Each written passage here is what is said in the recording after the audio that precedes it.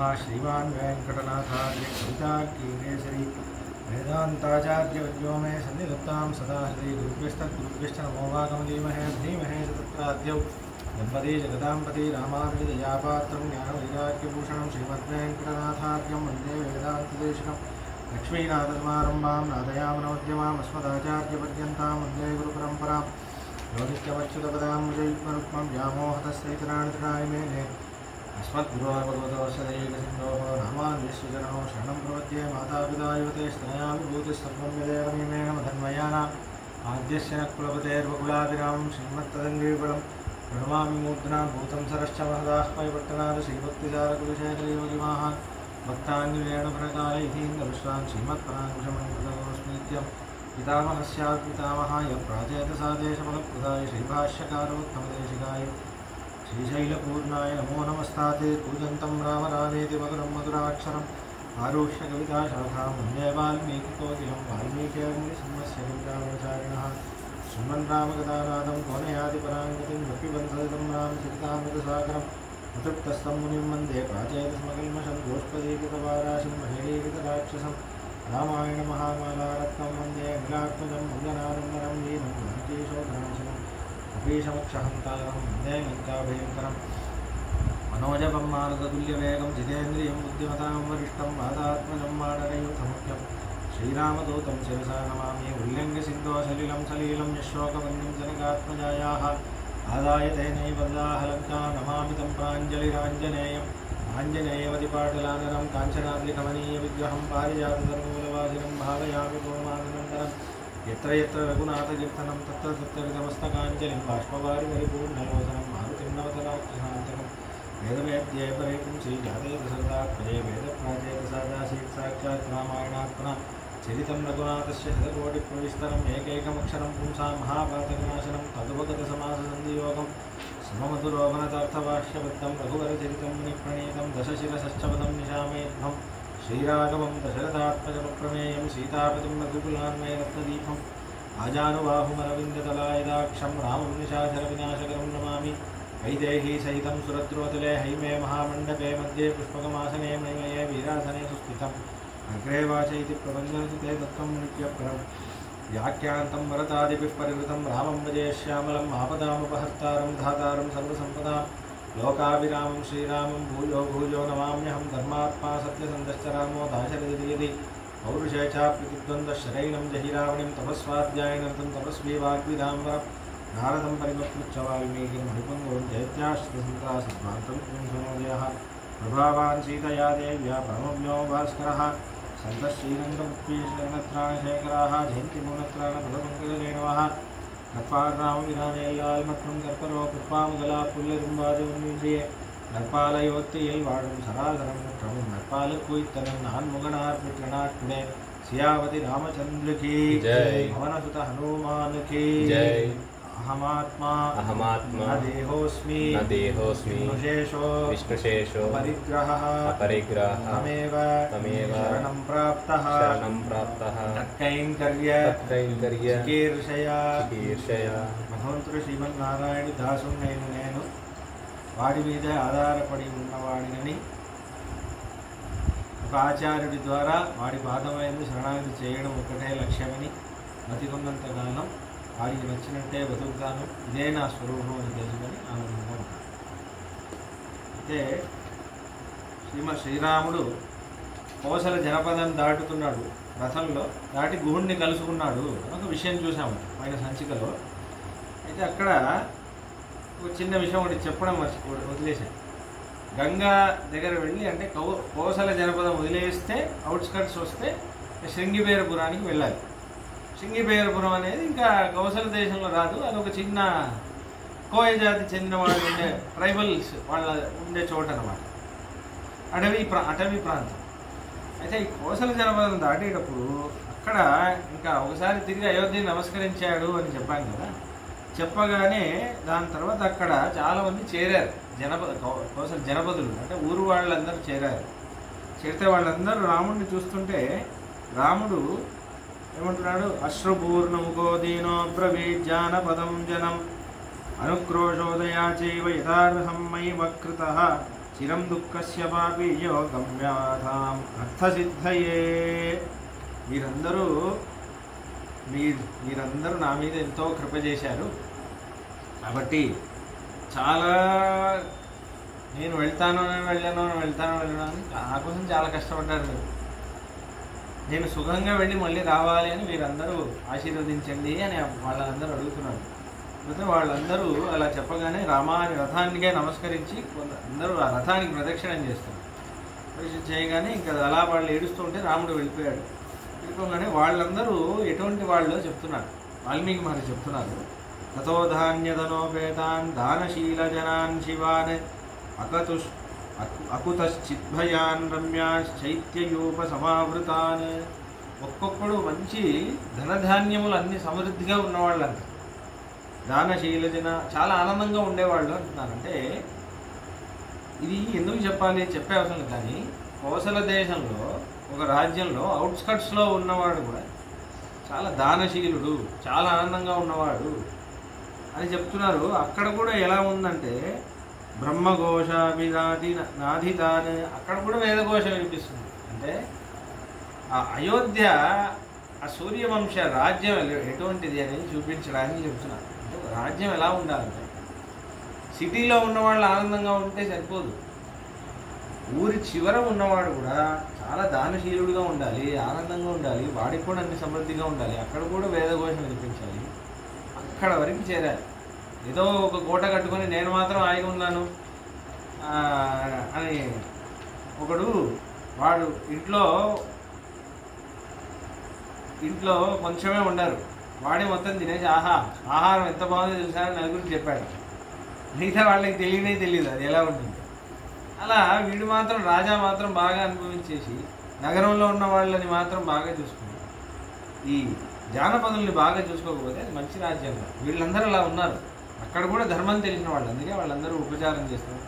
అంటే కోసల దేశంలో అందరూ సుఖంగా ఉన్నవాళ్ళు, ఇంగితజ్ఞులు, అందరికీ ధర్మం తెలుసు అటువంటి వాళ్ళు. ఎందుకంటే సూర్యవంశ ప్రభావం అనేది. ఒకటి అలా వెళ్తుంటే ఇలా రథంలో వెళ్తున్నప్పుడు గంగా దర్శనం అన్నీ అవుతుంది. అక్కడ చాలా అందమైన వర్ణన. గంగా నది దర్శనం చాలాసేపు, గంగా నది చాలా పెద్దది కదా. అక్కడ క్వచిత్ స్థితిమగంభీరాం క్వచిత్ వేగ సమాకులాం క్వచిత్ గంభీర నిర్ఘోషాం క్వచిత్ భైరవ నిస్వరాం అని అక్కడక్కడ మెల్లగా వెళ్తుందంట గంగా. అక్కడక్కడ చాలా ఫాస్ట్గా వెళ్తుంది. అక్కడక్కడ గంభీరంగా శబ్దం వస్తుంది. అంటే చాలా భైరవనిస్వరం, చాలా ఘోరంగా శబ్దం వస్తుంది. అక్కడ చాలా గంభీరంగా, చాలా సైలెంట్గా అలా ఉందంట. దేవసంఘాప్లుత జలాం నిర్మలోత్పల సంకులాం, చాలా ఇప్పట్లా లేదు గంగా, చాలా ఇలా కింద అది నేల కనిపిస్తుంది. అంత క్లీన్ వాటర్ ఇలా వెళ్తుంది. హంససారస సంగుష్టాం చక్రవాకోపశోభి, హంస పక్షులు, చక్రవాక పక్షులు అన్నీ గంగా నది తీరాన్ని కూర్చుంటున్నాయి. అక్కడంతా చెప్తున్నారు, దేవదానవ గంధర్వై కిన్నరైరుపశోభితాం నాగగంధర్వ పత్నీభి సేవితాం సతతం శివ. గంధర్వ పత్రులు, నాగదేవతలు, స్త్రీలందరూ వచ్చి గంగా నదిలో స్నానం చేస్తున్నారు. అందరూ చూస్తూ ఉంటారు. దేవక్రీడ అక్కడంతా చాలా గంగా నదికి అంటుకొని కొన్ని ఉద్యానవనాలు, గార్డెన్స్ అన్నీ ఉన్నాయంట. ఆ చెట్లన్నీ ఇలా అవన్నీ ఒక మాలల్లాగా అవుతున్నాయి. చెట్లు బ్రాంచ్ పెరిగి గ్రీన్ కవర్ ఉంది కదా, మాలల్లాగా అవుతున్నాయంట గంగా. అంటే ఆ కాలంలో ఎలా ఉండాలి ఆలోచన, అంత బాగుంది. ఇలా వెళ్తూ ఉంటే విష్ణుపాదచ్యుతాం దివ్యాం అపాపాం పాపనాశిని, విష్ణుపాదం నుంచి వచ్చింది కదా, అపాపాం పాపనాశిని, పాపనాశనం చేసేది. అంటే సముద్రమయీం గంగా సారసక్రౌంచనాదిత ఆససాత మహాబాహు శృంగిభేరపురం ప్రతి. అలా అన్ని కళ్ళార్పకుండా సీతారాములను, సీత అయితే మొదటిసారి చూస్తుంది, గంగా దర్శనం చేస్తుంది. ఇలా అన్నీ చూస్తుంది, అన్నీ ఒకటి అబ్జర్వ్ చేస్తుంది హాయిగా. దాని తర్వాత ఏమైంది, అక్కడ అలానే వాళ్ళు వెళ్తూ ఉంటే రాత్రి అయింది. రాత్రి అక్కడ ఒక ఇంగుదీ వృక్షం. ఆ ఇంగుదీ వృక్షంకి కింద ఇక్కడ ఇవాళ పెద్ద వృక్షం అది, ఆ వృక్షం కింద ఆగుదాం అన్నారు రాముడు. అయితే సుమంత్రుడు రథాన్ని ఆపాడు, గుర్రాన్ని వదిలేశాడు. అవన్నీ గడ్డి తినడానికి, రెస్ట్ తీసుకొని నీళ్లు తాగడానికి వెళ్ళాయి. ఆ రాత్రి అక్కడ పడుకున్నారు.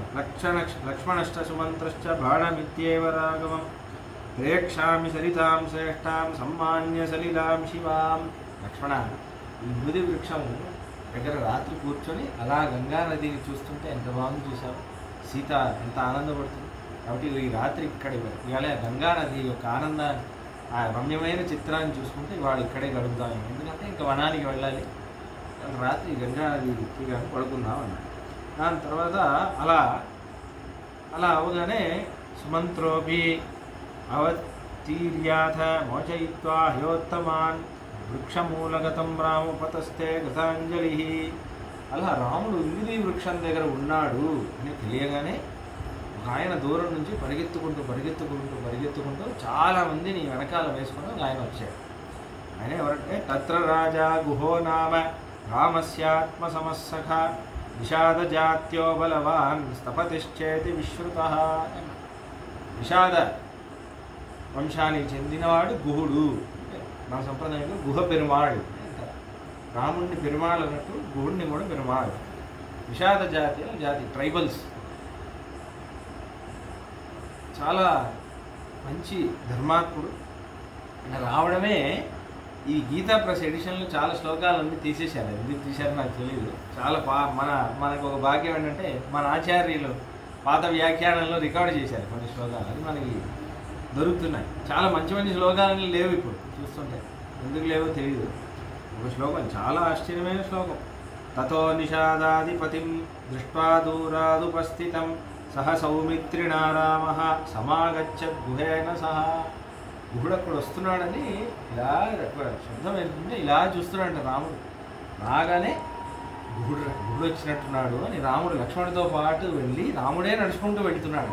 గుహుడు వచ్చేంత వరకు రాముడు ఎదురు చూడకుండా రాముడే లక్ష్మణుడిని వేసుకొని గుహుడిని చూడడానికి రాముడు వెళుతున్నాడు. చాలా అందమైన విషయం. ఇక్కడ సౌశీల్యం ఒక గుణం ప్రకటితమవుతుంది. సౌశీల్యం ఒక గుణం అంటే ఏంటంటే చాలా విషయం ఉంది దీంట్లో. అంటే మనకి సాధారణంగా ముక్త స్థితిలో ఏమవుతుందంటే భగవంతుడి మనం ముక్తి పోయి వైకుంఠం వెళ్ళినప్పుడు భగవంతుడికి మనకి ఒక సామ్యం ఏర్పడుతుంది. సామ్యం అంటే మనం భగవంతుడికి సమానంగా అంటే కొన్ని విషయాల్లో సమానంగా అంటే వేదమే అంటుంది నిరంజన పరమం సామ్యము పైతి అని ఒక వాక్యం ఉంది. సచ అనంత్యాయ కల్పతే అని ఒక వాక్యం ఉంది. అలా అక్కడక్కడ ఉన్నాయి. సామ్యం ఏర్పడుతుంది, నువ్వు భగవంతుడి అంటే వాడి అవుతావు. అది కొన్ని సంప్రదాయాల్లో నువ్వే భగవంతుడు అవుతావు అని అంటున్నారు. తప్ప అలా కాదు. శివోహం అని అంటున్నారు, నేనే శివుణ్ణి అన్నట్టు అంటున్నారు కదా. కానీ మన సంప్రదాయంలో అలా చెప్పలేదు. చాలా అందంగా చెప్పారు మన సంప్రదాయం. అంటే కొన్ని విషయాల్లోనే సామ్యం ఏర్పడుతుంది అని అంటున్నారు. ఇది వేదవ్యాస స్వామియే బ్రహ్మసూత్రంలో అంటున్నారు. ఒక విషయం ఏంటంటే భోగమాత్ర సామ్య లింగాశ్చ అని ఒక సూత్రం ఉంటుంది.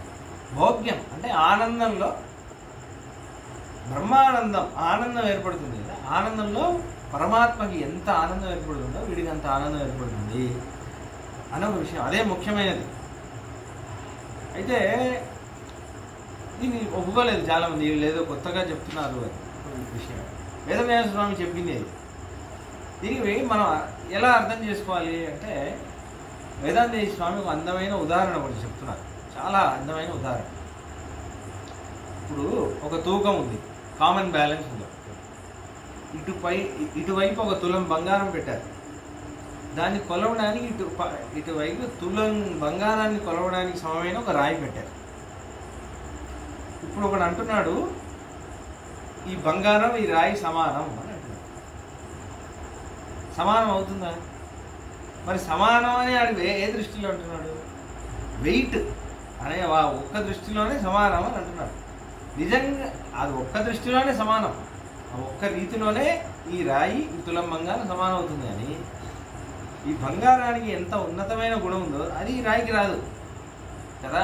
అలానే ఇక్కడ సమానం అంటే ఏంటంటే ఆనందంలోనే, ఆ భోగ్యం అనే ఒక దాంట్లో సమానం, ఈ దాంట్లో సమానం కాదు. ఇక్కడ నేను సమానం అని అంటున్నాం కానీ సమానం కాదు అని కూడా అంటున్నాం కదా, అలానే.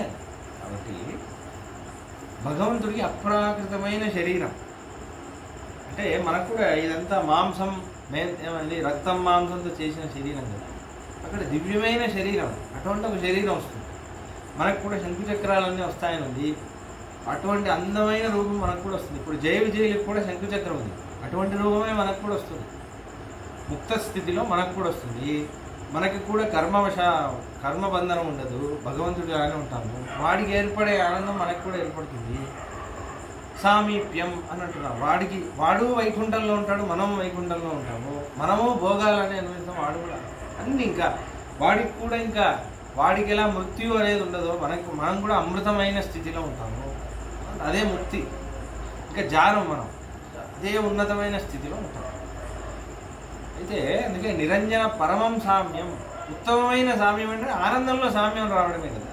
అటువంటి సామ్యం భగవంతుడు ఇస్తున్నాడు. సాయుజ్యం, వాడికి ఎటువంటి భోగ్యం వస్తుందో అటువంటి భోగ్యం మనకు కూడా వస్తుంది.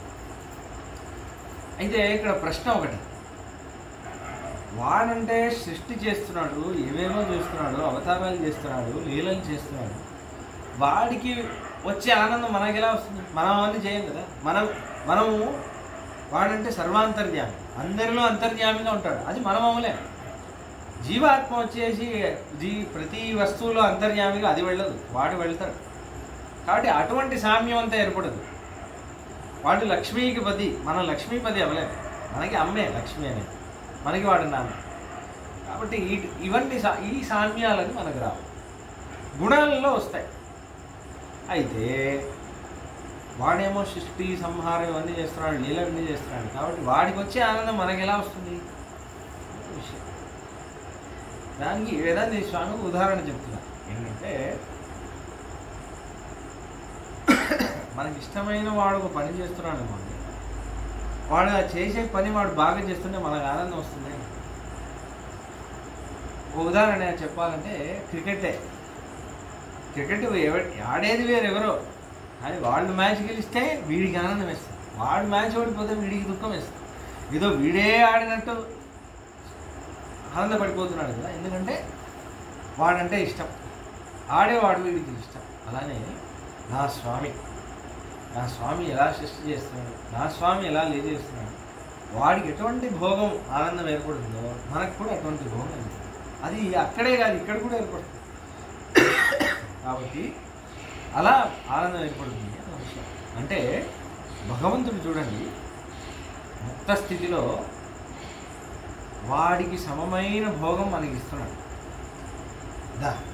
నీతో పాటు నేను సమానంగా, నాకెంత ఆనందం ఉందో అది నీకు ఇవ్వాలనుకుంటున్నాను, నీ రాజ్యం అంతా నీదే, నాతో సుఖంగా ఉండు ఒక ముక్త స్థితి, అదే స్థితి.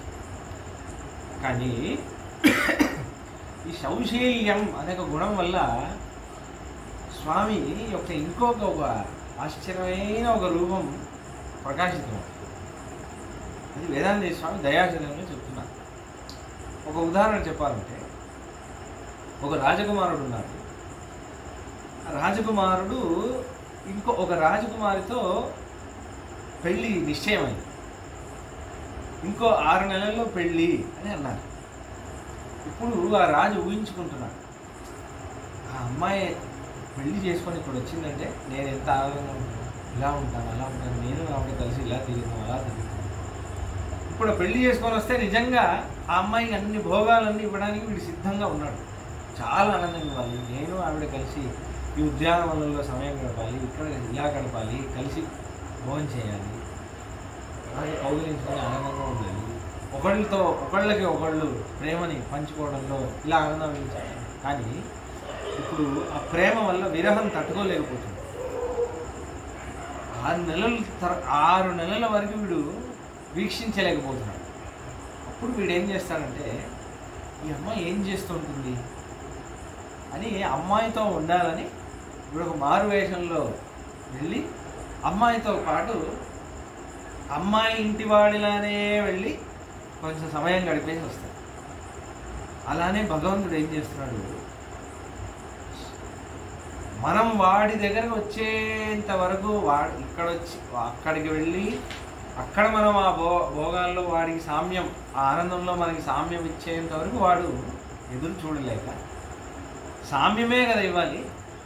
నువ్వు నా స్థాయికి వస్తే కూడా సామ్యమే, నేను నీ స్థాయికి వస్తే కూడా సామ్యమే కదా. భగవంతుడు మన స్థాయికి వస్తుంది, వచ్చి మనకి సామ్యం ఇస్తుంది. అదే సౌశీల్యం. కాబట్టి అందుకే స్వామి ఏం చేస్తున్నాడు, నిషాదరాజు గుహుడు భగవంతుడిని వాడిని పోలిస్తే వాడెక్కడ, స్వామి ఎక్కడా, వాడెక్కడ. వాడు సాధారణమైన ఒక పడవలు నడుపుకునే పల్లెవాడు, బోట్స్మెన్ అని అంటారు. నిషాద జాతి గురించి చెప్పాలంటే ఏమంటారంటే, మన అగ్నిపురాణంలో వేణుడు ఒక మహారాజు, వేణ మహారాజు. ఆ వేణ మహారాజా చనిపోయినప్పుడు తొడ నీకు ఇస్తే అక్కడి నుంచి నిషాదులు వచ్చారు. అదే నిషాదులు అని అంటారు. అక్కడి నుంచి ఒక ఆయన పొట్టిగా నల్లగా ఒక ఆయన వచ్చాడు, చూడడానికే అసహ్యంగా ఉన్న ఆయన కూడా వచ్చాడు, భయపడుతూ ఉన్నాడు. అయితే మహర్షులందరూ కూర్చో అన్నారు. కూర్చో అంటే నిషాద అని అర్థం. అలా కూర్చోగానే అందుకే నిషాద అని పేరు వచ్చింది. వాడి వంశస్థులే వీళ్ళందరూ. ఇప్పుడు స్వామితో పోల్చుకుంటే అందంలో సమానం కాదు. రాజ్యం సూర్యవంశ మహారాజు సమానం. పోనీ గుణంలో సమానం కాదు. విద్యలో సమానం కాదు. ఐశ్వర్యంలో సమానం కాదు. పరాక్రమంలో సమానం. ఏ రీతిలోనూ సమానం కాదు. ఏ రీతిలోనూ ధర్మంలో సమానం కాదు.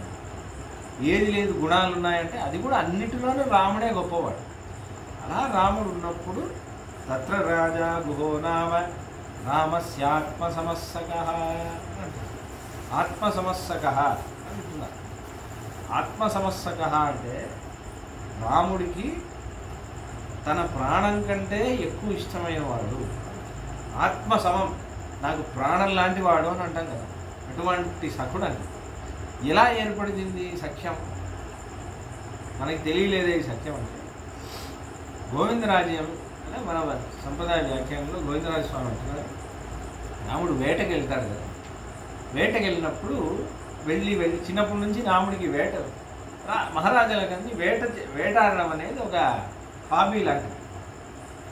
ఎందుకంటే ఆ కాలంలో ఇప్పుడంతా చాలా తక్కువైపోయాయి కొన్ని మృగాలు. ఆ కాలంలో మనుషుల కంటే మృగాలు ఎక్కువ ఉండేవి.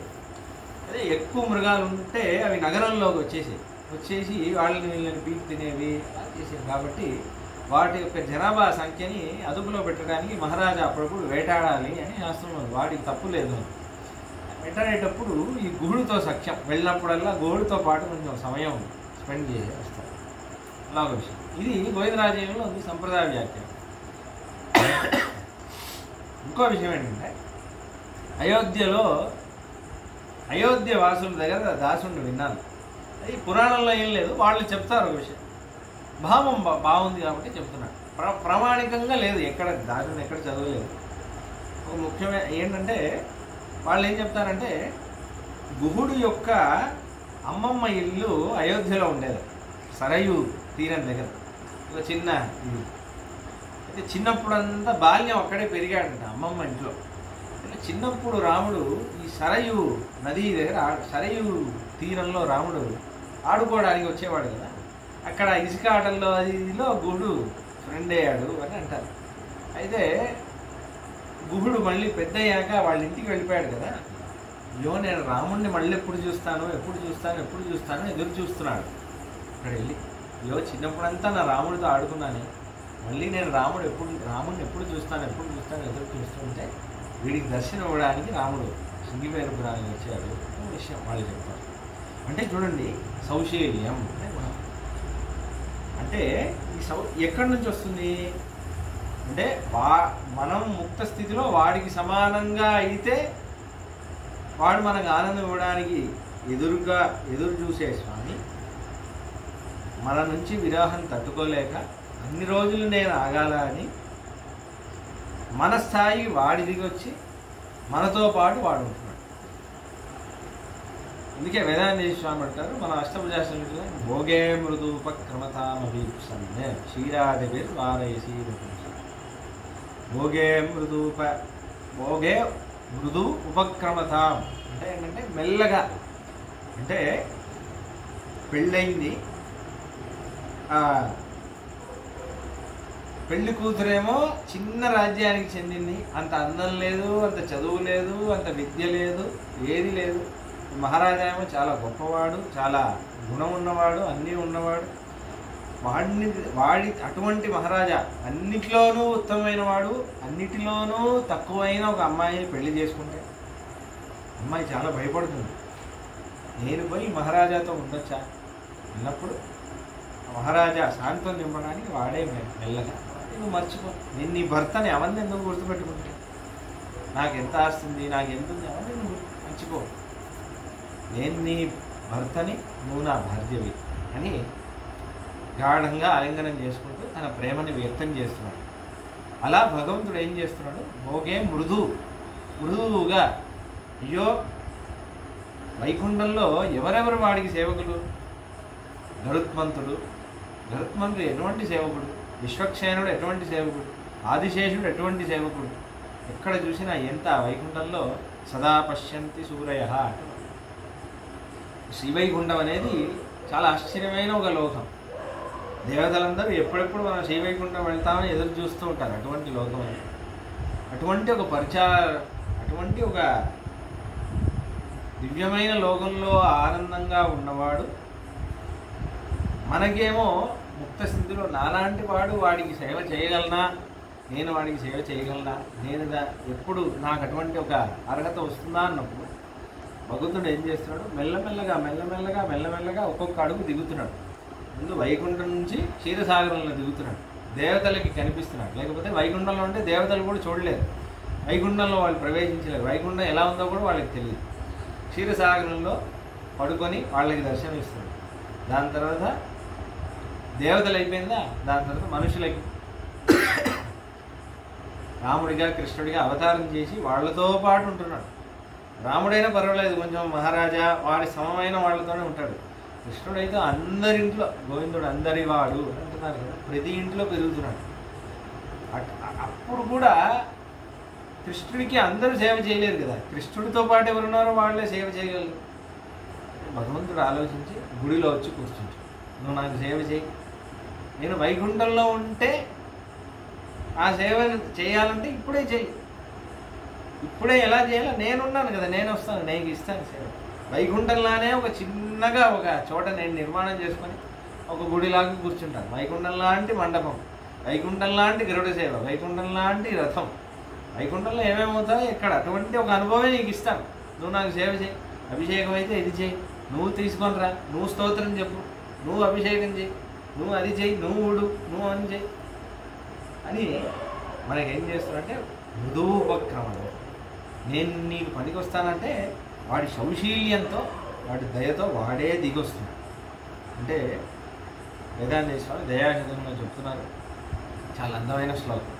నిషాదానాం నేత కపికులపతి కాపి శబరి కుచేల కుబ్జాస రజయువతయో మాల్యకృతి అమీషాం నిమ్నత్వం విషగిరిపదే ఉన్నతిమపి ప్రభూతై శ్రోతోభిః రసభమనుకంపే సమయసి అని ఒక శ్లోకం. నిషాదానాం నేత, నిషాదులకి నేత గుహుడు. కపికులపతి, కపి అంటే వానర జాతికి రాజా సుగ్రీవుడు. అంటే ఇంకా ఎక్కువ అవుతూ ఉంది ఈ సౌశల్యం. వీడైనా సరే పర్వాలేదు, మనిషి కోతితో ఎవరైనా సఖ్యం చేస్తాడు, సఖ్యం చేస్తున్నాడు. సుగ్రీవుడితో పోయి ఒక వానరుడితో పోయి అంటున్నారు, వేదాంత స్వామి అంటున్నారు, ప్రభురనుశ్రుతో విశ్వామిత్ర ప్లవంగపతిస్తథా అంటున్నారు పాదుకా శాస్త్రం. విశ్వామిత్ర మహర్షి వెనకాల నడిచాడంటే పర్వాలేదు, మహర్షి కోతి వెనకాల పోయి నడుస్తున్నాడు.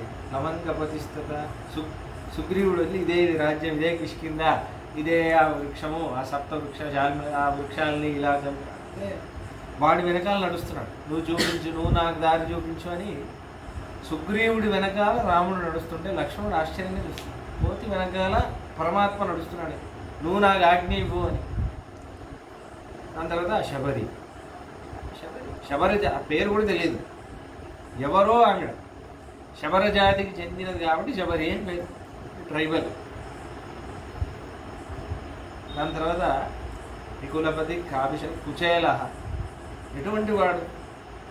వీడికి అన్నానికి ఏం లోటు ఉంది? అన్నమే వీడు, అన్నాన్ని సృష్టించేవాడు. రెండు చేతి అటుకులు తీసుకొచ్చాడని వాడికి ఎంతో ఐశ్వర్యం వస్తుంది. ఆ అటుకులు తినడానికి వీడు ఎదురు చూస్తాడు. కుచేలుడు వచ్చాడని పరిగెత్తుకుంటూ వెళ్ళి ఆలింగనం చేసుకున్నాడు. కుచేలుడు వచ్చాడని తాను రుక్మిణి అమ్మవారు ఏకాంతంగా పడుకునే ఒక మంచంలో కూర్చోబెట్టి పాదాన్ని కడిగి శిరస్సు మీద ప్రోక్షణ చేసుకుంటాడు. ఏం సౌశీల్యం ఇది! కుచేల కుబ్జాస. కుబ్జ అంటే ఒక గూని. రామాయణంలో ఒక గూని ఉంది మంతరాన్ని, కృష్ణావతారంలో ఒక గూని, ఒక సైరంధ్రి వేరే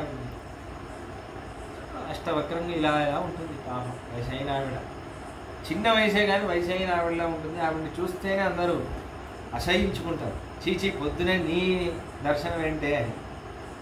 కంసుడికి గంధం అంతా సెంట్ పర్ఫ్యూమ్ అంతా తయారు చేస్తుంటే కృష్ణుడు కంసవదనం చేశాక మథురానగర ప్రవేశం చేసేటప్పుడు అందరూ కృష్ణుడిని చూడడానికి వస్తున్నారు. వసుదేవుడి కొడుకట, వసుదేవుడి 8వ కొడుకోగట, దాచి నందగోపుడు యశోద పెంచిన కొడుకట, లీలన్నీ చేసిన కృష్ణుడట అని అందరూ చూడడానికి వెళ్తుంటే వీడికి చూడాలని ఆశ. కానీ వెళ్తే అందరూ అసహించుకున్నట్టు కృష్ణుడు కూడా చేయించుకుంటే నా పరిస్థితి ఏంటి అని ఒక దూరంలో ఇలా నిల్చుంటుంటే కృష్ణుడు ఇలా నడిచి ఆవిడ ఇలా తిరిగేటప్పుడు కృష్ణుడు ముందు వచ్చి నిలిచి నువ్వు గంధం అంతా రాస్తా ఉంటావు కదా, చాలా చాలా ఔషధాలని తయారు చేసి లేపనాలన్నీ రాస్తా ఉంటాను, ఏది నాకు రాయి అంటే, కృష్ణ ఇప్పుడే ఈ గంధానికి ఒక అంటే ఇది పవిత్రమైంది అంటే నీకే చెందాలి. సర్వగంధ అని పేరు కృష్ణుడికి, పరమాత్మకి సర్వగంధ సర్వరస అని ఉపనిషత్తే పేరు. మంచి మంచి గంధాలన్నీ వాడి వల్లే వస్తాయి. రుక్మిణి అమ్మవారు అంటుంది శృత్వా గుణాన్ భువన సుందర శృణ్వతాంతే అని అంటుంది రుక్మిణి సందేశం. భువన సుందర అని పేరు కృష్ణుడికి. భువన సుందర అంటే 2 అర్థాలు. ప్రపంచంలో అతి సుందరమైన వాడు అని అర్థం. వాడికంటే సుందరమైన వాడు ఎవరూ లేరు, కృష్ణుడి కంటే సుందరమైన వాడు ఎవరూ లేరు. అదొకటి. ఇంకోటి ఏంటంటే ప్రపంచానికి సౌందర్యం వాడి వల్లే వస్తుంది. ప్రపంచంలో సుందరమైన వస్తువులన్నీ ఉన్నాయి, మన కళ్ళకి సుందరంగా కనిపిస్తున్నాయంటే వాడి అంశం ఉంది దాన్ని. ఎందుకంటే సుందరత్వమే వాడి వల్లే వస్తుంది అది. కాబట్టి ఈ గంధం నీకు రాస్తానని రాస్తూ ఉంటే దాని తర్వాత రాసిన గంధం యొక్క చేతుల్ని బట్టి కృష్ణుడు ఆ చేయి పట్టుకోగానే ఆవిడ గూన అంతా పోయి యవ్వనమైన స్త్రీగా మారిపోతుంది. ఒక్క క్షణం యవ్వనమైన స్త్రీగా మారిపోతుంది.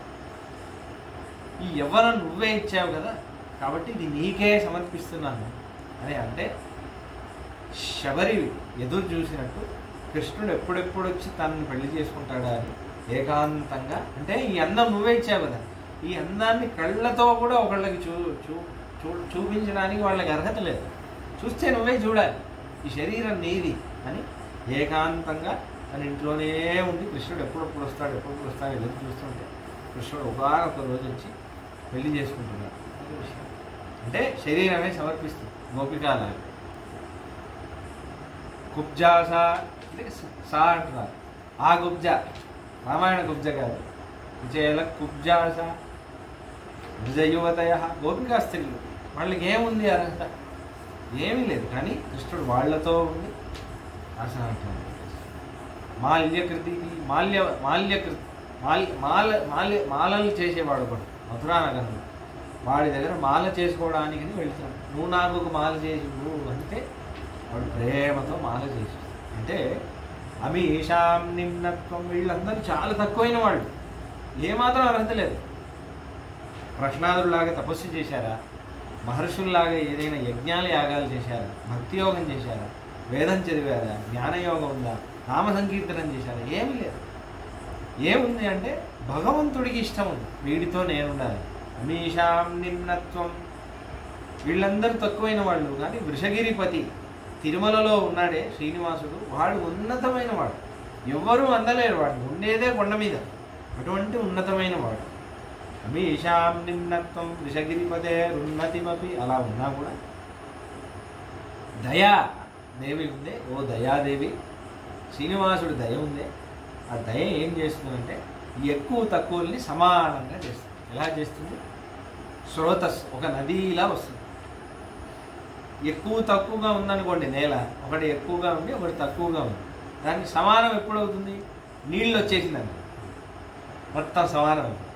అలా ప్రభుతే స్రోతోభిహ, ఆ స్రోతస్సు, ఆ నీళ్ళ యొక్క నది యొక్క స్రోతస్సు వచ్చేస్తే ప్రసవం అనుకంపే సమయసి, రెండింటిని సమానం చేస్తుంది.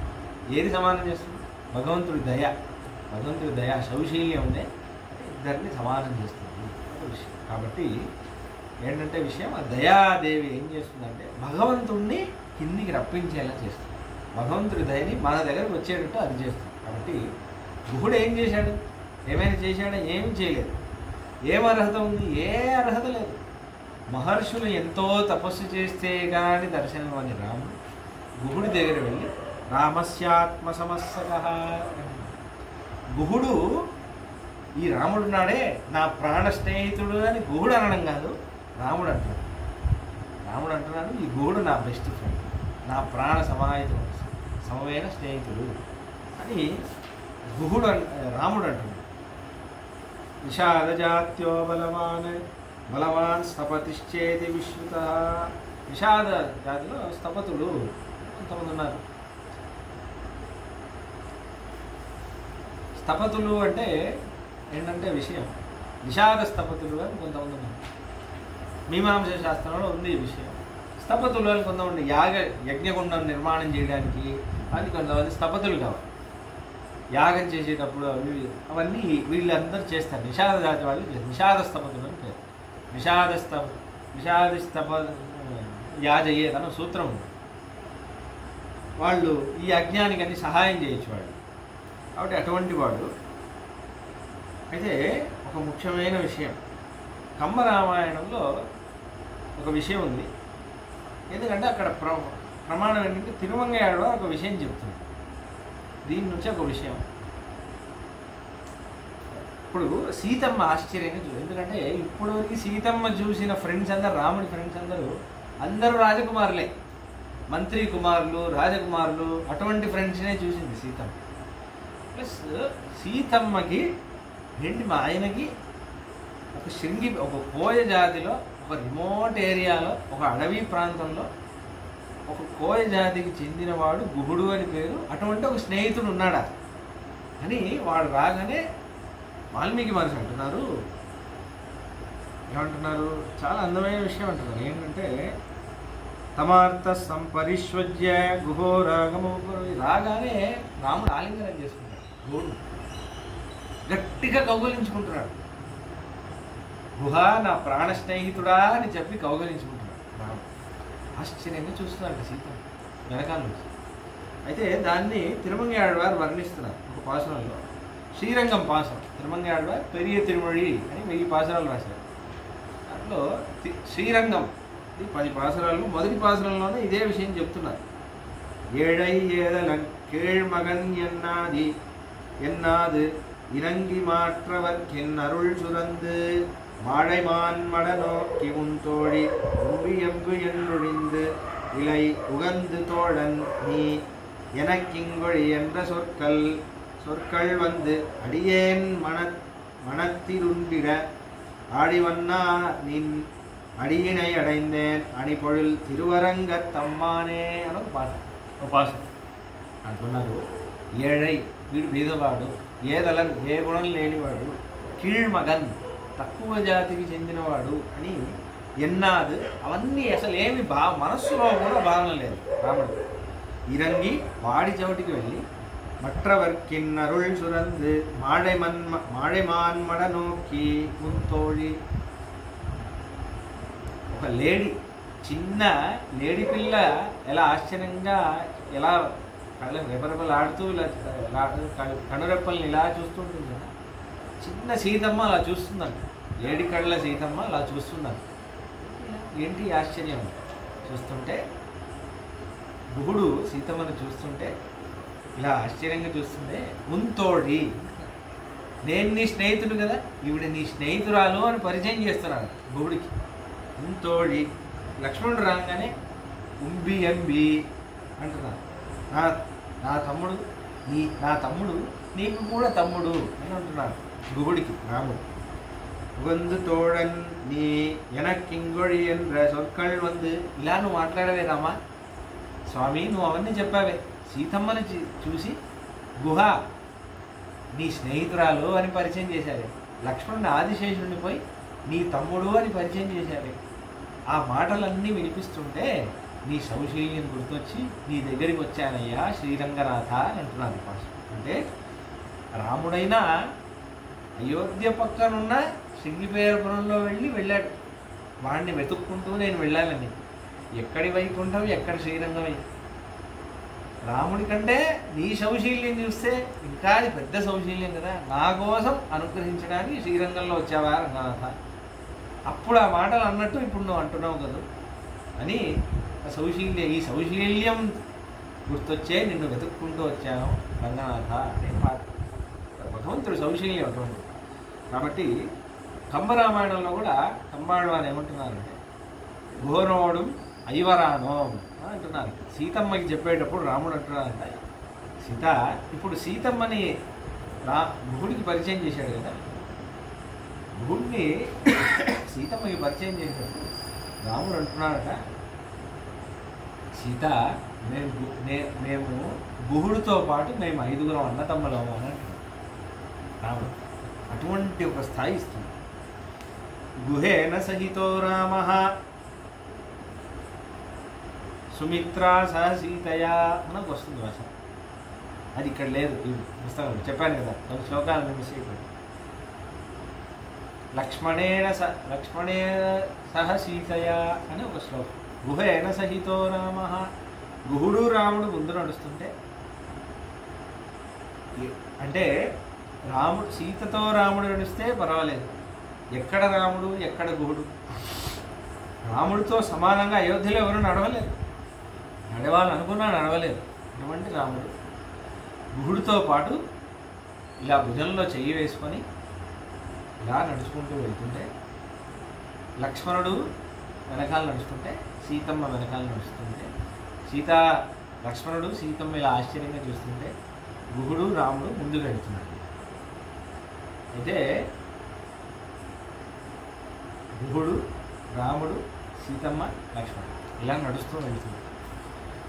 ఇది ఒక ఫోటో తీసి, ఇది గుహుడింట్లో ఉందా లేదా తెలియదు కానీ రాముడి మనస్సులో ఉంది. నా గుహుడు నా స్నేహితుడు, గుహుడు నా స్నేహితుడు అని ప్రతి క్షణం అది గుర్తుపెట్టుకుంటాడు. అటువంటి ఇష్టం రాముడు ఎక్కడ మర్చిపోడు. ఆత్మసమస్సక గుహుడు అంటే ఎంత ఇష్టం అంటే, రిటర్న్ హనుమంతుణ్ణి యుద్ధమయ్యాక పంపించేటప్పుడు కూడా చెప్తాడు. ఆత్మసమస్సక అంటే ఏదో అంటే పరిచయం చేసుకోవడానికి చెప్తున్నాడా అనుకోదు. అంటే వలలో వేసుకోవడానికి కొంతమంది పొలిటికల్ లీడర్స్ అందరూ కెమెరా ఉన్నప్పుడు బీద వాళ్ళతో ఒకలా ఉంటారు, కెమెరా లేనప్పుడు వేరేలాగా ఉంటారు. అలా కాదు. ఆత్మసమస్సక అంటే నిజమైన భావన ఎప్పుడు తెలుస్తుంది, వెనకాల కూడా అలానే చెప్పినప్పుడు తెలుస్తుంది కదా. హనుమంతుడిని పంపించినప్పుడు భరతుడికి చెప్పు సందేశం, నేను వచ్చేస్తున్నాను లేకపోతే వాడు ప్రాణం విడిచేస్తాడు అని చెప్పినప్పుడు, అక్కడే గుహుడు అన్న నా స్నేహితుడు ఉంటాడు, నా ఆత్మ సమస్యలు, నా ప్రాణం లాంటి స్నేహితుడు, వాడిని కూడా ఒకసారి కలిసేసి వెళ్ళు అని అక్కడ చెప్తున్నాడు యుద్ధకాండ. ఎటువంటి స్నేహం మనసులో పెట్టుకున్నాడో రాముడు. కాబట్టి అలా గాఢంగా ఆలింగనం చేసుకుంటున్నాడు. సశ్రుత్వా పురుషవ్యాగ్రం రామం విషయమాగతం వృత్తే పరివృతో మాత్తి జ్ఞాతిభిశ్చాప్యుపాగత. గుహుడు మాత్రం రాలేదు, వాడి మొత్తం ఆ ఊరు వాళ్ళందరినీ తీసుకొచ్చేసాడు. నా స్నేహితుడు రాముడు వస్తున్నాడు, అందరూ రండి రండి చూడండి. అలా చూడంగానే తతో నిషాధిపతిం దృష్ట్వా दूरादुपस्थितं सह सौमित्रिणा रामः समागच्छद्गुहेन सह तमार्तः संपरिष्वज्य गुहो राघवमब्रवीत्. తమార్తః రాముడిని ఇలా చూడగానే రాముడు వేటాడడానికి వచ్చాడు అనుకున్నాడు. ఈ తాపస వేషంలో చూసి గుహుడికి దుఃఖం వేసింది. ఏంటి నా మిత్రుడు ఏంటి ఇలా వచ్చాడేమి రామ అని చూసి అన్నాడట. తెలిసిపోయింది వనవాసానికి వచ్చాడని. రాముడితో చూసి మొట్టమొదటిగా గుహుడు ఏమంటున్నాడు, యథా అయోధ్యా తతేదం తే రామం కిం కరవాణితే ఈదృశం హి మహాబాహో కహ ప్రాప్స్య అతిథిం ప్రియం. రామా, నీకు అయోధ్య ఎటువంటిదో ఈ శృంగిపేరపురం నా రాజ్యం అనుకో, నీ రాజ్యం. కిం కరవాణితే, నీకు ఎలా నేను నేను ఎలా నీకు సేవ చేయను? నువ్వు వనవాసం ఉంటున్నావు కదా, ఎక్కడికి వెళ్ళదు, ఇక్కడే ఉండు, నీ రాజ్యం, ఇక్కడ ఆనందంగా ఉండు రామా. నీకు ఏ లోటు లేకుండా నీ మిత్రుడు, నీ ప్రాణం లాంటి మిత్రుడు ఈ గోడున్నాడు రామా, నేను చూసుకుంటాను.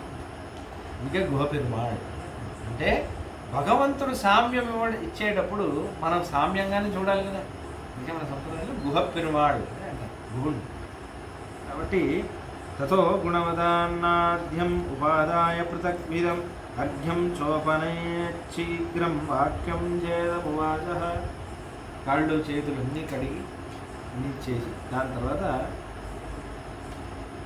వయం ప్రేష్య భవాన్ భర్త సాధురాజ్యం ప్రసాదినః.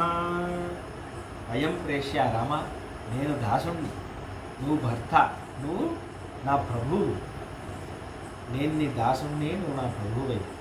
షాది చెప్పు, ఏం కైంకర్యం చేయాలో చెప్పు, నీ సేవ చేయడానికి సిద్ధంగా ఉన్నాను స్వామి, నువ్వు ఏది చెప్తే అది చేయడానికి సిద్ధంగా, నీ నియమనం కోసం ఎదురు చూస్తున్నాను అని చెప్పి అది పట్టుకొని రండి అగ్నికాల ప్రమాణాలను తీసుకొచ్చాడు. తీసుకురాగానే భక్ష్యం భోజ్యంచ పేయంచ లేహ్యం చేదదుపస్థితం, 4 విధమైన వంటకాలన్నీ తీసుకొచ్చాడు. భక్ష్యం కొరికి తినేది, మాంసం, పళ్ళు, స్వీట్స్. భోజ్యం అంటే మెత్తగా ఉండేది తినే పదార్థాలు, కానీ అన్నం లాంటిది, మిక్స్డ్ రైస్, లెమన్ రైస్ అవి ఉంటాయి. పేయం తాగేవి, జ్యూస్ అటువంటివన్నీ తీసుకొచ్చాడు. లేహ్యం నాకి తినేవి, పేస్ట్ లాంటివి అవి ఇవి అటువంటివన్నీ తీసుకొచ్చాడు. రామా, నీకేం కావాలో తీసుకో, నీకోసం అన్నీ తీసుకొచ్చాను స్వామి అన్నాడు. శయనాని చ ముఖ్యాని, నీకు పడుకోవడానికి అన్నీ ఇవి కూడా పరుపులన్నీ తీసుకొచ్చాను. వాజినాం కాదనం చతే, నువ్వు గుర్రంలో వచ్చావని తెలిసి నీ గుర్రాలకి కూడా మాంసాలన్నీ తీసుకొచ్చానయ్యా, ఈ గుర్రాలకి కూడా అన్నీ గడ్డి ఇది అన్నీ తీసుకొచ్చాను అన్నాడు. గుహమేవం బ్రువాణం తం రాఘవం ప్రత్యుహాచ. ఇలా చెప్పగానే రాముడు అన్నాడు, అర్చితాశ్చైవ హృష్టాశ్చ భవతా సర్వదా వయం పద్భ్యావామి గమాచ్చైవ స్నేహ సందర్శనేన చ.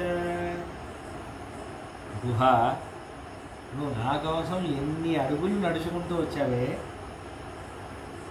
నువ్వు వేసిన ఒక్కొక్క అడుగు నాకు నువ్వు నాకు చేసిన ఒక్కొక్క పూజ అనుకుంటున్నాను, నువ్వు నాకు చేసిన ఒక్కొక్క అర్చన అనుకుంటున్నాను అని అంటే, నువ్వు నా కోసం వేసిన ఒక్కొక్క అడుగు, నా వైపు వేసిన ప్రతి అడుగు నువ్వు నా కోసం చేసిన అర్చన పూజ అనుకుంటున్నాను. నేను అంత సంబరపడుతుంది, నువ్వు ఇవన్నీ ఇచ్చే అవసరమే లేదు. నువ్వు నా కోసం నడుచుకొని వచ్చావా, ఈ రాముడికి ఏమనిపిస్తుంది కదా తెలుసా, నేను కదా నీ దగ్గరికి రావాలి. ఒక్కొక్క ఇదే భగవంతుడు. మనం ఒక్కొక్క అడుగు నడుచుకుంటూ వెళ్ళినప్పుడు వాడు ఏమనుకుంటాడంటే, నా కోసం నడిచి వస్తున్నాడా, నా కోసం వీడు అడుగు వేశాడే, వీడికి ఏదైనా చెయ్యాలి. అది అందరూ చెప్పారు ఈ విషయాన్ని. శ్రీరంగ మహాత్మ్యంలోనే ఉంది.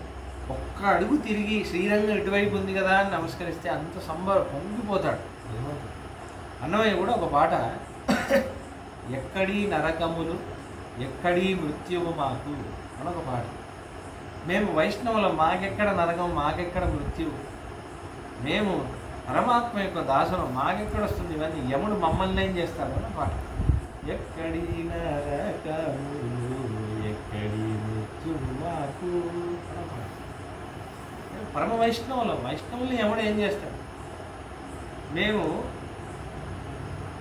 అంటారు తిరుమలలో ఒక్క రాత్రి శయనం చేస్తే యమపాశం విడిచేస్తాడు యముడు. తిరుమల వైపు ఒక అడుగు వేస్తే, ఇటువైపు తిరుమల నగరం ఉంది కదా అని తిరుమల వైపు ఒక నగరం వేస్తే వాడు ఎన్ని అడుగులు వేస్తున్నాడో అన్ని పాపాలు వాడి దృష్టి నుంచి తొలగించేస్తాడు. ఇంకా సమాశ్రయణం చేసుకుంటే దాసోహం అని యముడు కింకర్లతో పాటు వచ్చి పాదాభివందనం చేస్తాడు. శరణాగతి చేస్తే రండి మిమ్మల్ని వైకుంఠం వరకు నేను విడిచిపెడతాను అని యముడు వస్తాడు. కాబట్టి మాకెక్కడ భయం, మాకెక్కడ మృత్యు భయం, మేము ఎటువంటి సంప్రదాయం మాది అని అంటున్నారు అన్నమయ్య ఒక పాట.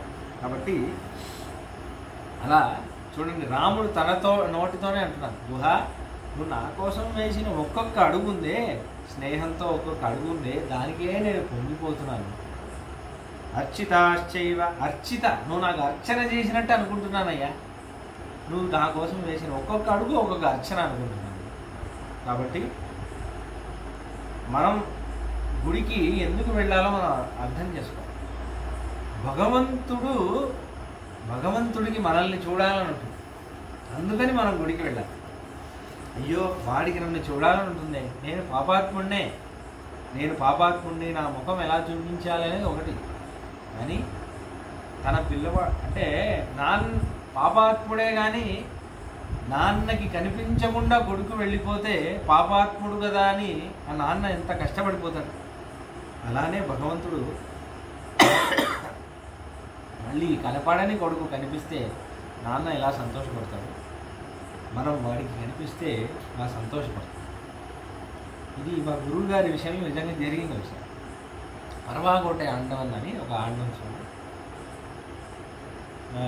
గోపాలదేశిక మహాదేశిక స్వామి చాలా వృద్ధ దశలో ఉన్నప్పుడు ఒకసారి అసలు గురువు గారు వెళ్ళినప్పుడు చూసి తట్టుకోలేకపోయారు, ఇటువంటి వృద్ధ దశలో ఉన్నాయి. అయితే వారు మెరా శ్రీరంగం వచ్చావు కదా, రంగనాథుడిని చూసావా, పెరియ పెరుమాళ్ళని సేవించావా అని. అయితే పెరియ పెరుమాళ్ళు ఉండేటువంటి ఏంటి ఆచార్యుడి కంటే గొప్ప కాదు, ఒక సద్భావంలోనే అన్నారు పాప. దాసుడు గురువు గారిని స్వామిని ఆండం స్వామిని ఇటువంటి స్థితిలో చూడడం ఇదిగా ఉంది. ఆండం స్వామి కంటే ఏం గొప్ప శ్రీరంగం రంగనాథుడు అన్నారు. ఇప్పుడు వారు మాట అన్నారు కదా, సరే నీకు చూడాలని లేదు కానీ వాడికి ఉంటుంది కదా నీకు చూడాలని, ఒకసారి వెళ్ళి చూసేసిరా అన్నారు. అది మా గురువుగారు ఎన్నిసార్లు తలుచుకుంటారో విషయాన్ని. అంటే ఆచార్యులా ఆలోచిస్తారు, అంటే భగవంతుడి హృదయం వాళ్ళకి తెలుసు. అందుకే మనం గుడికి ఎందుకు వెళ్ళాలంటే వాడికి మనల్ని చూడాలని ఉంటుంది, అందుకే వెళ్ళాలి. కాబట్టి అలా భగవంతుడు ఎంత సంతోషపడుతున్నాడు చూడండి.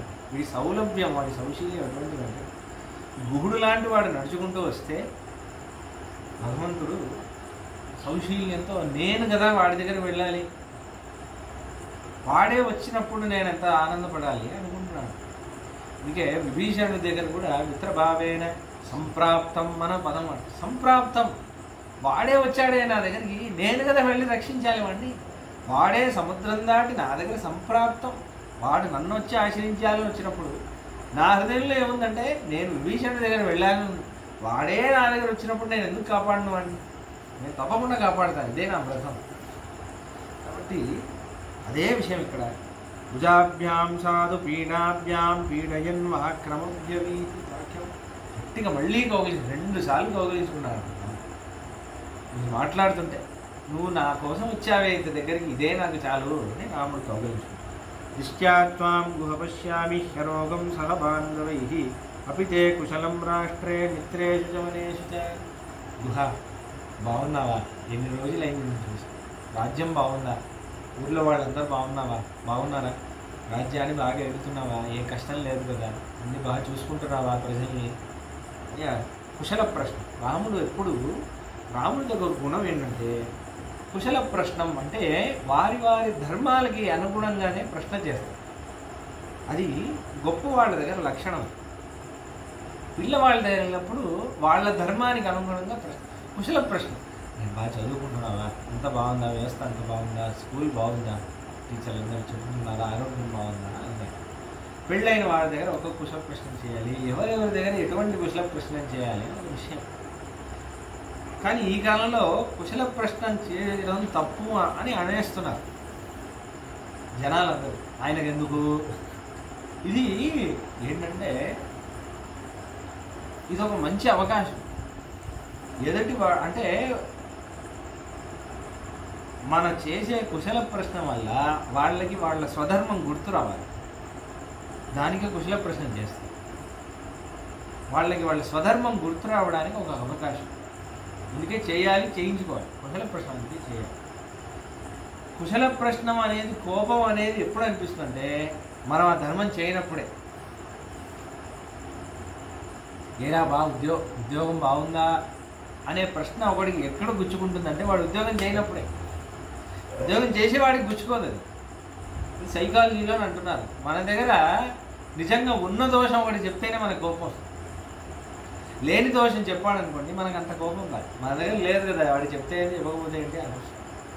కానీ మన దగ్గర ఉన్న దోషం ఒకటి చెప్పాడనుకోండి మనకి చాలా కోపం వస్తుంది. వేదాంత స్వామి చెప్తున్నారు స్వనిష్టాభిజ్ఞానం అని రసిత్రి సార్. దోషం చెప్పినప్పుడు ఉంటేనే కదా కోపం వస్తుంది. కానీ ఇది నా దోషం నేను తెలుసుకోవడానికి ఇది ఒక అవకాశం అనుకుంటే నువ్వు ఎందుకు తప్పు చేస్తావు, ఎందుకు భాగవత ప్రచారం చేస్తావు అని అంటారు. కాబట్టి అలానే ధర్మం అడగడం ఒక విషయం. అయితే దాని తర్వాత అంటున్నారు కుశచీరాజిరధరం ఫలమూలాశనం చమా విద్ధి ప్రణిహితం ధర్మే తాపసం మనగోచరం. కానీ గుహ తప్పుగా అనుకోకు, నువ్వు ఇవన్నీ తెచ్చావే నాకు చాలా సంతోషంగా ఉంది, కానీ నేను ఇవన్నీ స్వీకరించలేని పరిస్థితి. ఎందుకంటే నేను తాపస వేషంలో ఉన్నాను. నేను నీళ్ళు ఒకటే తాగాలి. ఎందుకంటే నేను ఆ వ్రతం, వానప్రస్థ వ్రతం ధర్మం తీసుకోలేదు. అది తీసుకునేంత వరకు నేను నీళ్లు అవన్నీ తాగకూడదు అనుకున్నాను. ఎందుకంటే వనవాసం వెళ్ళి ఇంకా ప్రారంభించలేదు కదా, ఫార్మల్గా ప్రారంభించలేదు. అది సంకల్పం చేసి ప్రారంభిస్తున్నాడు రాముడు. ప్రాణాయామం చేసి సంకల్పం చేసి మా నాన్న ధర్మం నిలబెట్టడానికి, మా నాన్న ఎందు అడిగిన వరం పూర్తి చేయడానికి నేను ఈ వనవాసం చేస్తున్నాను అని సంకల్పించి మరీ స్టార్ట్ చేస్తున్నాను అని అంటున్నారు మన ఆచార్య. అలాగ వైదిక ధర్మంలానే చేస్తున్నాడు. అయితే కాబట్టి నేను ఇలా ఉన్నాను కాబట్టి నేను తినలేనయ్యా. కానీ ఏతైహి దయితారాజ్ఞః పితుర్దశరథస్య మే ఏతైః సువిహితైరశ్వైర్ భవిష్యామి అహమర్చితః. కానీ ఈ గుర్రాలు ఉన్నాయే, గుర్రాలంటే ప్రత్యేకించి ఈ గుర్రాలంటే మా నాన్నగారికి చాలా ఇష్టం. మా నాన్నగారు చూసి పెంచేవాళ్ళు. వీళ్ళని చూసి నుంచి ఈ గుర్రాలని చూసుకునేవారు బాగోగుంది. కాబట్టి ఆ గుర్రాలకి నువ్వు ఏదైనా అన్నం పెట్టావనుకో, మా నాన్నకి ఇష్టమైన గుర్రాలను నువ్వు అన్నం పెడతామని నేను చాలా సంతోషపడతాను. అంటే ఆ గుర్రాలను పెట్టేసేయి. విశ్వానాం ప్రతిపానం చ కాదనం చైవ సోన్వశాత్ గుహస్తత్రైవ పురుషాన్ స్వరితం దీయతామిది అని అన్నారు. విన్నగానే మళ్ళీ క్షీరోత్తర సంగః సంధ్యావన్వాస్య పశ్చిమా అలా వెళ్ళి రాముడు సంధ్యావనం చేయడానికి వెళ్ళాడు. దాని తర్వాత జలమేవాదదే భోజ్యం లక్ష్మణేనోహృతం స్వయం. జలం రాముడికి కడుపు నిండడానికి మళ్ళీ నీళ్ళే, 2 రోజుల నుంచి నీళ్ళే తాగుతున్నాడు రాముడు. రాముడు నీళ్లు తాగితే సీతమ్మ ఏం తాగింది? సీతమ్మ కూడా నీళ్ళే తాగింది. ఇక్కడేమో నీళ్లు తాగాడు. అంటే ఇక్కడ గుహుడి దగ్గర తినని వాడు శబరి దగ్గర తింటున్నాడు అని ఒక ప్రశ్న ఎలా వచ్చింది? ఎందుకంటే గుహుడికి అర్హత లేదు, బయట వేషమే వేస్తున్నాడు రాముడు. ఎందుకంటే మా నిషాద ప్రతిష్టాంతం రామాయణం స్టార్ట్ చేసింది దానివల్ల. నిషాదుడు అంటేనే కొంచెం తక్కువ అన్నట్ట. శబరి దగ్గర తింటున్నాడే రాముడు, ఇక్కడే తినట్లేదు. శబరి దగ్గర ఎందుకు తినలేదంటే అక్కడ సీత లేదు, సీతమ్మ జనక మహారాజు కూతురు. అక్కడ సీతమ్మ ఉంది, సుమంత్రుడు ఉన్నాడు. అక్కడ వాళ్ళిద్దరు లేరు, లక్ష్మణుడే ఒక్కడే ఉన్నాడు కదా. లక్ష్మణుడేం బయట ఎవరికి రహస్యం చెప్పడు, శబరి దగ్గర తిన్నా పర్వాలేదు అని చాలా విచారాలన్నీ ఉన్నాయి. విషయం ఏంటంటే ఒక విషయం, ముఖ్యమైన విషయం ఉంది. ఏంటంటే శబరికి ఆచార్య సంబంధం ఉంది, మతంగ మహర్షి యొక్క సంబంధం ఉంది, ఆవిడ వైష్ణవోత్తరం గురు సంబంధం, ఆచార్య సంబంధం ఉంది. గుహుడు స్నేహితుడే, ఆలింగనం అంతా ఉంది. కానీ విశేషంగా అన్నం తిను ప్రసాదం తిను అంటే రాముడు తిన్నాడు. ఒక ముఖ్యమైన విషయం. శబరి దగ్గర కూడా పళ్ళే తిన్నాడు రాముడు. ఎందుకంటే క్షత్రియులకి అని ఒక స్వధర్మం ఉంది కదా, ఇక్కడే తినాలి ఇవే అని. వాళ్ళు కూడా వేదాధ్యయనం చేసేవాడు. ఆహార శుద్ధో సత్వశుద్ధి, సత్వశుద్ధో ధ్రువాస్మృతి అని ఉంది. వేదాధ్యయనం చేసేవాడు, వైదిక నిష్ఠ ఇదంతా ఉన్నవాడు వాడి ఆహార నియమం తప్పకుండా ఉండాలి. లేకపోతే వేదం మర్చిపోతాడు, వైదిక నిష్ఠ పోతుంది, వాడి తపస్సు అంతా పోతుంది అని. అంటే కొన్ని దోషాలన్నీ ఉన్నాయి, మనం చేయకూడదు. కాబట్టి మరి రాముడు అందుకే శబరి దగ్గర తీసుకుంటాడు. ఎందుకంటే శబరికి సమాశ్రయం అయింది అని అదే రహస్యం. శబరికి ఆచార సంబంధం వల్ల శబరికి శరణాగతి అయిపోయింది. రాముడి వల్ల ముక్తి రాలేదు శబరికి, మతంగ మహర్షి వల్ల ముక్తి వచ్చింది. శబరి మోక్ష సాక్షిభూత అంటున్నారు వేదాంతి రఘువీర గారిని. రాముడు చూస్తుంటే ఇలా ఎవరి లోకానికి ఎవరు వెళ్తున్నారు? రాముడి లోకానికి శబరి వెళ్తుంది. ఎవరి వల్ల? మతంగ మహర్షి వల్ల, ఆచార్య సంబంధం. ఈ సమాశ్రయణం అయిన వాళ్ళ దగ్గరే అన్నం తీసుకోవాలి, ఒక విషయాన్ని ప్రసాదం తీసుకోవాలి అని ఒక విషయాన్ని శాస్త్రంలో ఇంకా ఉండాలి. ప్రత్యేకించి శాలగ్రామారాధన చేయాలంటే కూడా సమాశ్రయణ ఆడవాళ్ళు కూడా సమాశ్రయణం అయిన వాళ్ళే ఉండాలి అని ఉంది విషయం. వైష్ణవుల ఇంట్లో కూడా అందుకే పెళ్లి కాని ఆడవాళ్ళని సమాశ్రయణం అవ్వాలి ఆడవాళ్ళని అలౌ చేయదు. ఎందుకంటే పెళ్ళి అనేది ఫస్ట్ సంస్కారం ఆడవాళ్ళని, ఉపనయనంలాగా. అందుకే వైదిక కార్యాలన్నిటికీ పెళ్లి కాని ఆడవాళ్ళని కన్యాపిల్లల్ని అలౌ చేయదు. ఇంకోటి ఏంటంటే పెళ్ళైన వెంటనే ఫస్ట్ సమాశ్రయణం ఎందుకు చేస్తారంటే శాలగ్రామ ఆరాధనకి ఇంట్లో స్వామి ఉన్నారు కదా, ఇంట్లో స్వామి ఆరాధన చేయాలంటే ఆవిడ ఉండాలంటే ఆవిడికి సమాశ్రయణం అవ్వాలి, అప్పుడే భగవంతుడు సంతోషిస్తారు అన్నది విషయం. అందుకే పంచ సంస్కారం అయిన వాడు ప్రసాదం చేశాడంటే వాడి చేతితో తినడం స్వామికి చాలా ఇష్టం. ఎందుకంటే ఆచార్య సంబంధం ఉంది, వాడు వైష్ణవుడిగా సంస్కరింపబడ్డాడు. అటువంటి వాళ్ళ దగ్గర తినడం ముఖ్యం. కాబట్టి రెండు కారణాలు. ఒకటి భాష్య కారణం ఏంటంటే రాముడు ఇంకా వానప్రస్థ ధర్మం తీసుకోలేదు.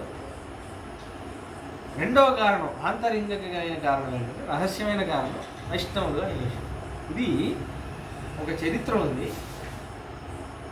తిరుమలలో అనంతాళ్వాన్ అని అందరికీ తెలుసు. అనంతాళ్వానే తిరుమల వెంకటేశ్వర స్వామికి ఆ పుష్ప ఉద్యానవనం ఆయనే నిర్మాణం చేసి ప్రతిరోజు ఆయనే మాలన్నీ చేసి ఇది చేశాడు. అయితే రామానుజాచార్యుల పరంపరలో నడాదురాళ్వాన్ అని ఒక స్వామి, రామానుజాచార్యుల వారి శిష్యుల్లోనే ఒక స్వామి. అయితే ఒకసారి రామానుజాచార్యుల వారి అవతారం తర్వాత నడాదురాళ్వాన్ చరిత్రలో ఉంది. నడాదురాళ్వాన్ ఒకసారి తిరుమల తీర్థయాత్రగానే వస్తున్నారు. వాళ్ళందరూ ఎక్కడ పడితే అక్కడ తినరు కదా, ఎందుకంటే ప్రసాదం పరమైకాంతులు ఔపాసనం అన్నీ చేసేవాళ్ళు, ఎక్కడ పడితే అక్కడ తినరు. అయితే వీళ్ళు శిష్యులతో వస్తున్నారని అనంతాళ్వాన్ శిష్యులు ఒక ఆయన ఏం చేశారు, ప్రసాదం తీసుకొచ్చారు. ఒక పెద్ద గంగాళంలో దద్యోదనం, బాలభోగం పెరుమాళ్ళకి ఎప్పుడు ఫస్ట్ బ్రేక్ఫాస్ట్ దద్యోదనం గంగాళంలో తీసుకొచ్చారు. స్వామి అడిగే స్వాగతం అని తిరుమలలో కొండ దగ్గర ఎక్కడో మధ్యలో అనంతాళ్వాన్ స్వామివారు పంపించారు, మీ ప్రసాదం మీకు భోగం మీకు ఆకలేస్తుందని చెప్పేసి పంపించారు. మేము వస్తున్నామని మేమేం కబురు చేయలేదే, మాకు ఎలా అయినా తెలిసి ఏమో స్వామి ఆయన పంపించారు మీకు ఇమ్మని ఇచ్చేస్తే వాడు ప్రసాదం తింటున్నప్పుడు నడాదురాళ్వాన్ ఫస్ట్ అడిగిన ప్రశ్న ఇదే, నీకు సమాచారం అయిందా అని అడిగారు. అయింది స్వామి. ఎవరిని ఆచార్యం అంటే అనంతాళ్వానే అని అన్నారు. ఏది అనంతాళ్వాన్ తని అని చెప్పు అంటే ధ్యాన శ్లోకం చెప్పు. సమాచారం అయితే ఆ గురువు యొక్క ధ్యాన శ్లోకం నేర్పిస్తారు, ఇది తని అని చెప్పు అంటే చెప్పాడట. చెప్పేసి సరే స్వామి, నాకు వారు వేరే కైంకర్యానికి నియమనం చేశారు, నేను పని మీద కిందికి వెళ్ళాలి, కాబట్టి మీరు ఎలాగో పైకి వెళ్తున్నారు కదా, ఈ గంగాలన్నీ మీరు పైకి వెళ్ళేటప్పుడు ఇచ్చేసేయండి అన్నారు. మీరు పైకి వెళ్ళారట. వెళ్తున్నప్పుడు అనంతాళ్వాన్ చూసేసి అన్నారట, ఈ గంగాళం ఏంటండి మీ చేతిలో ఉంది అంటే, మీ శిష్యుడు అని ఒక ఆయన వచ్చేసి మాకు ప్రసాదం ఇచ్చాడు అంటే, అవునా, ఈ గంగాళము తిరుమల మన వెంకటేశ్వర స్వామికి ఇన్ని గంగాళాల్లో ప్రసాదం పెడతారు కదా, ఒక గంగాళం ఏంటి పొద్దున్న నుంచి కనపడట్లేదు, నివేదనయ్యాకి ఏ గంగాళం ఎక్కడ పోయింది అనుకుంటే ఈ శ్రీనివాసుడే ఆ గంగాళం తీసుకొచ్చి మీ దగ్గర వచ్చి ఇచ్చాడండి, చూసారా అని. అయితే ఇవ్వడమే కాదు మీ శిష్యుడిని మీ తని అని కూడా చెప్పాడండి అని గదాధరుడు. అంటే శ్రీనివాసుడే ఈ పరంపరని కాపాడుతాడు. అంటే చూడండి, అంటే వైష్ణవుడైన శిష్యుడే ఇవ్వగలడు, శ్రీనివాసుడే స్థాపిస్తున్నాడు. గదాధరుడు చరిత్రలో శ్రీనివాసుడే వచ్చి ప్రసాదం ఇచ్చి చూపిస్తున్నాడు, నేను అనంతాళ్వారి శిష్యుణ్ణి అని శ్రీనివాసుడే అంటున్నాడు. అటువంటి ఒక సౌలభ్యం కాబట్టి అందుకే అక్కడ తీసుకుంటున్నాడు. శబరి ప్రసాదం ఇస్తూ తీసుకుంటాడు. ఇక్కడ కూడా నీళ్ళే తాగుతున్నాడు. అంటే ఇంకో కారణం ఇది, అసలైన కారణం ఇదే ఏంటంటే ఇంకా వ్రతం ప్రారంభించలేదు కాబట్టి నీళ్లు తాగుతున్నాడు. అయితే దాని తర్వాత అందమైన విషయం, తస్య భూమో శయానస్య పాదో ప్రక్షాళ్య లక్ష్మణ. పడుకోవడానికి ఇది ఒక పరుపు లాంటిది ఒకటి సిద్ధం చేశారు సీతారాములు పడుకోవడానికి సుమంతుడు లక్ష్మణుడు ఇద్దరు కలిసి సిద్ధం చేశారు. లక్ష్మణుడు రాముడు కాళ్ళు కడుక్కోవడానికని నీళ్లు తీసుకొస్తున్నాడు అని విషయం అంటున్నాడు. ఇది ఎందుకు చెప్పాలి అంటే ఒక విషయం, దీంట్లో ఒక అనుష్ఠాన విషయం ఉంది, ఇది చాలామంది తెలుసుకోవాలి. ధర్మశాస్త్రంలో ఒక విషయం ఉంది, పడుకునే ముందు భోజనం చేసే ముందు కంపల్సరిగా కాళ్ళు చేతులు కడుక్కోవాలి. కాళ్ళు చేతులు కడుక్కొని ఆచమనం చేయాలి అనే విషయం. ప్రత్యేకించి ఉపనయనం వాళ్ళు కంపల్సరీగా చేయాలి. కానీ భోజనం చేసే ముందు కాళ్ళు కడుక్కుంటాం కదా, ఆ కాళ్ళు తుడుచుకోకూడదు, అలానే తడిగా ఉన్నప్పుడు అలానే వచ్చి కూర్చోవాలి. ఇంకోటి ఏంటంటే దానికి భోజనానికి ఒక లక్షణం కూడా చెప్తున్నారు. ఈ కాళ్ళలో ఉన్న తడి ఆరిపోయేలోపు వీడి భోజనం అయిపోవాలి అని అంటున్నారు. అంటే అంతే తినాలి వీడు, ఎక్కువ అది వేయి ఇది వేయి అని తినకూడదు.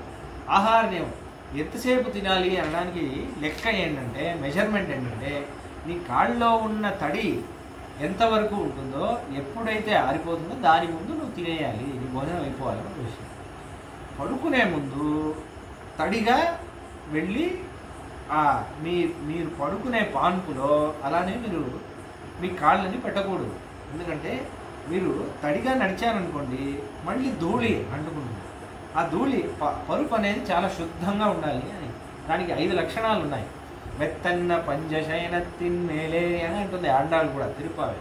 5 లక్షణాలు ఉన్నాయి. తెల్లగా ఉండాలి, మృదువుగా ఉండాలి, చల్లగా ఉండాలి, చూడ్డానికి అలంకృతంగా ఉండాలి, మనకు ఆనందం ఇచ్చేలాగా ఉండాలి. 5 లక్షణాలు ఉన్నాయి. కాబట్టి అలా ఉండాలి. కాబట్టి శుద్ధిగా తెల్లగా ఉండాలి అని ఒక విషయం. అందుకే పడుకునే ముందు కాళ్ళు కడుక్కొని తుడుచుకొని పడుకోవాలి. అది చూపించడానికే లక్ష్మణుడు ఏం చేస్తున్నాడు, కాళ్ళు కడుక్కోవడానికి నీళ్ళు ఇస్తున్నాడు, తుడుచుకోవడానికి లక్ష్మణుడే తుడుస్తున్నాడు రాముడి కాళ్ళు. రాముడు పడుకుంటుంటే ఏం చేస్తున్నాడు, గుహోపి సహ సూతేన సౌమిత్రిం అమిభాషయన్ అన్వజగ్రత్తతో రామః అప్రమత్తో ధనుర్ధరః తథా శయానస్య తథా యశస్వినో మనస్వినో దాశరథో రథైర్మహాత్మనః అదుష్టదుఃఖస్య సుఖోచితస్య సా తథా వ్యతీతా శుచిరేణ శర్వరీ. రాముడి కాళ్ళంటూ వచ్చేసి సీతారాముడు హాయిగా పడుకున్నారు, చుట్టూ ఉన్నారు చూసేవాడు. పిల్లలే కదా చూస్తే చూడండి అని, సీతారాములు మాత్రం హాయిగా ఎక్కడ పెడితే అక్కడ చెట్టు కింద ఇంద్రదేవి కృష్ణ కింద పడుకుంటున్నారు. ఎటువంటి రాముడు ఎటువంటి సీతమ్మ హంసతూరిక కల్పనలో పడుకోవాలి. మనం కూడా ఒక దివ్య దేశంలో కొంచెం ఒక 10 నిమిషాలు వెయిట్ చేసేసానంటే ఇక్కడ అరేంజ్మెంట్ బాగాలేదు, అక్కడ ఇది బాగాలేదు, నా స్టేటస్ ఏంటి, నేను మినిస్టర్ని, నేను ఇంత చదువుకున్నాను, నాకు ₹1,00,000 ఇంటి జీతం. ఇదే సౌశీల్యం అంటే మనకి స్వామి ఇదే తేడా. మనకి ఎంత చేసినా మనకి సౌశీల్యం రాదు. మన దగ్గర స్వామి వస్తున్నాడంటేనే స్వామికి ఎంత దయ ఉందో అర్థం చేసుకోవాలి. ఎందుకంటే మనకు ఉంటుందా, ఉండదు. సౌశీల్యానికి డెఫినేషనే ఏంటంటే మహతో మందై సహ నీరంధ్రేణ సంశ్లేష రుచి సౌశీల్యం అంటున్నారు. ఒక మహాత్ముడు, ఒక మందమైన వాడు, ఏమాత్రం అర్హత లేని వాడితో నీరంధ్రేణ చాలా కృపతో వాడితో కలిసి ఉండడానికి ఇష్టపడడం ఇంకోటి ఏంటంటే నేను ఎక్కువ నువ్వు తక్కువ అనే భావన కొంచెమైనా ప్రకటితమవుతుందో ఏమో అని వీడు జాగ్రత్తగా వీడికి నేను ఏ విషయంలోనూ వీడు నాకంటే తక్కువ అని వీడికి అనిపించకుండా నేను ఉండాలి అని జాగ్రత్తగా ఉండడం. ఒకవేళ వీడికి తక్కువ అనిపిస్తే అయ్యో నాకంటే వీడు తక్కువ అనుకునేలాగా నేను ప్రవర్తించానని వీడు బాధపడిపోడు. దాన్ని సౌశీల్యం అంటే మనకి రాదది. ఏమనుకుంటా, what do think of yourself? నీ అంతస్తు ఏంటి, నా అంతస్తు, నీ స్టేటస్ ఏంటి, నా స్టేటస్ ఏంటి అంటాం కదా. కొంచెం ఏంటి, డోంట్ ట్రై టు టేక్ లీనియన్స్, ఇవన్నీ మనం వాడే మాటలు. మన రాముడిలో ఎప్పుడూ అవ్వలే. రాముడు డోంట్ ట్రై టు టేక్ లీనియన్స్ అని అనాలంటే వానరులతో ఎన్నోసార్లు అనొచ్చు. వానరులు వాళ్ళు చేయని చేష్టలా ఎన్ని చేష్టలు చేస్తున్నారు. కోతులు ఒక్కసారి కూడా అనలేదు, ఎందుకంటే చాలా ఇష్టపడి ఉంటున్నారు వాళ్ళకి. కృష్ణుడు అనాలంటే అనొచ్చు కదా, ఎప్పుడూ అనలేదు. అయితే అటువంటి ఆశ్చర్యమైన స్థితిలో ఉన్నారు. కృష్ణునితో పాటు కలిసి వీళ్ళందరూ కృష్ణుడి మీద ఒకడు ఎక్కుతున్నాడు. అర్జునుడు ఇక్కడ కాళ్ళు పెడుతున్నాడు రథంలో. ఇలా ఇలా ఇలా ఒత్తితే లెఫ్ట్ వెళ్ళాలి, అలా ఒత్తితే రైట్ వెళ్ళాలి. మన ఆరాధన స్వీకరిస్తున్నాడే, మన పూజలన్నీ స్వీకరిస్తున్నాడే. ఇదే సౌశీల్యం అంటే. సౌశీల్యం అంటే శీలా జడీభూయతే. వీడు ఏం చేసినా నేను సహించడానికి కోసం నేను శీల అయిపోయాను, నేను శీల అయిపోతాను, నువ్వు ఏదైనా చేయి. కాబట్టి మనం చేసే అభిషేకం, మనం వేసే వస్త్రం, మనం చేసే అలంకారం, మనకి ఏ భావం ఉందా, ఏముంది? ఇదే అభిషేకం గరుత్మంతుడు ఎలా చేస్తాడు, ఇదే అభిషేకం విశ్వక్షణుడు ఎలా చేస్తాడు, మనం ఎలా చేయాలి, ఎలా చేస్తున్నాం విషయాలను ఆలోచిస్తే ఎంత సౌశీల్యం వీడికి అని మనకి అనిపిస్తుంది. కాబట్టి అలా తథాహి సత్యం బ్రువతి ప్రజాహితే నరేంద్రసూను గురు సౌహృదాద్గుహ ఉమోచ బాష్పం వ్యసనాభిపీడితో జ్వరాతురో నాగ. ఎందుకు వచ్చేసి తథాశయానస్య తథా యశస్వినౌ. అలా రాముడు పడుకొని దాని తర్వాత రాముడు పడుకోగానే ఒక చెట్టు కింద ఇలా తన ధనుస్సుని ఇలా పెట్టి ఇలా కూర్చొని కొంతసేపు తర్వాత ఇలా రాముడి చుట్టూ తిరుగుతున్నాడు లక్ష్మణుడు. రాముడికి ఎక్కడి నుంచి అయినా ఆపద వస్తుందో అని అలా సీతారాముడు తిరుగుతున్నాడు. లక్ష్మణుడి చుట్టూ గుహుడు తిరుగుతున్నాడు. గుహుడి చుట్టూ గుహుడి అనుచరులు తిరుగుతున్నాడు. కాన్సెంట్రిక్ సర్కిల్స్ 3 సర్కిల్స్ తిరుగుతున్నాడు. గుహుడు ఎందుకు తిరుగుతున్నాడు అంటే దీంట్లో 2 భావాలు ఉండొచ్చు అని మన ఆచార్యం.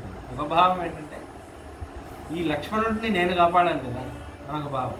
ఇంకో భావం ఏంటి అంటే అసలే నా స్నేహితుడు రాముడు కష్టపడుతున్నాడు, వీడేంటి రాత్రిలో పడుకోకుండా మేలుకొని తిరుగుతున్నాడు, వీడి వల్ల నా రాముడికి ఏదైనా ఆపద వస్తే అని గుహుడు తిరుగుతున్నాడు. అది 2 విషయాలు అంటున్నాడు. అంటే ఈ రెండో భావం ఎలా వచ్చింది అంటే రాముడి అందం చూసి అయ్యో నా స్వామి ఇంత అందంగా ఉంటాడే, వీడి వల్ల ఏదైనా కష్టం వస్తుందేమో అని పెరియాడు వారి భావనలో అలా అంటున్నారు 2 విషయాలు. అందుకే అలా లక్ష్మణుడు దుఃఖపడుతుంటే సీతారాములు పడుకున్నప్పుడు గుహుడు వెళ్ళి లక్ష్మణుడి దగ్గరికి వెళ్ళి ఇయం తాత సుఖాశయ్యా తదర్థం అనుకల్పిత ప్రత్యాశ్వసి సాధ్వస్యాం రాజపుత్రయతాసుకం. లక్ష్మణ నువ్వేం కంగారు పడకు, చూడు నీకోసం కూడా పరుపు రెడీ చేసి పెట్టాం, నీకోసం కూడా అన్నీ ఏర్పాటు చేసి పెట్టాము. సీతారాములు ఎలా నీ అన్నయ్య రాముడు ఎలా పడుకున్నాడో నువ్వు కూడా అలానే పడుకో, ఏం కంగారు పడుతూ ఉచితోయం జనసర్వాః క్లేశానాం త్వం సుఖోచితా గుప్త్యర్థం జాగరిష్యామః కాకుస్తస్య వయం నిశాం.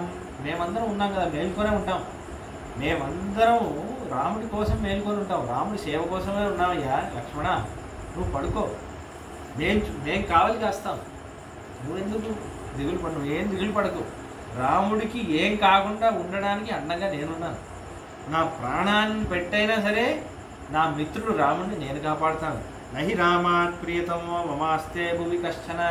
లక్ష్మణ, నీకు తెలుసో తెలీదో, రాముడి కంటే ఇష్టమైనది ఈ లోకంలో నాకు ఏది లేదు. అటువంటి వాడు నాకు రాముడు అంటే నా ప్రియతమైన స్నేహితుడు. బ్రవీమ్యేవ చ తే సత్యం సత్యేనైవ చ దేశమి. నేను ప్రతిజ్ఞ చేసి చెప్తున్నాను, నువ్వేం ప్రామిస్, నేను నిజం ఇది.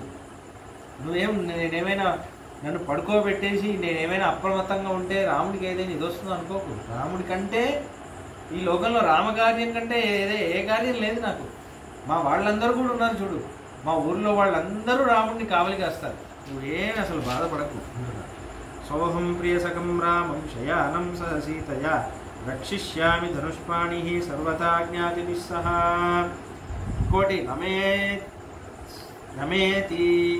నమేస్తి అవిదితం కించిత్ వనేస్మిన్ స్తరతస్తదా చతురంగం హ్యతి బలం సుమహత్ సంతరేమహి.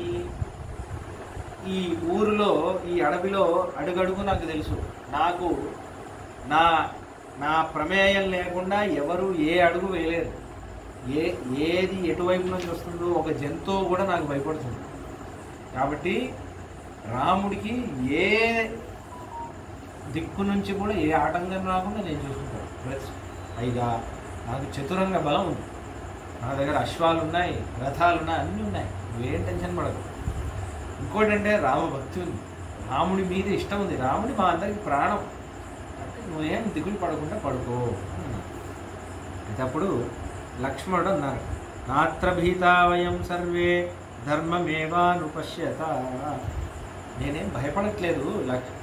రాముడిని కావలి గాయడానికి నేను నిద్రపోకుండా ఉన్నాను అనుకున్నావా గుహ? ఇది కాదయ్యా. కథం దాశరథో భూమౌ శయానే సహ సీతయా శక్యా నిద్రామయా లబ్ధుం జీవితం వా సుఖాని వా.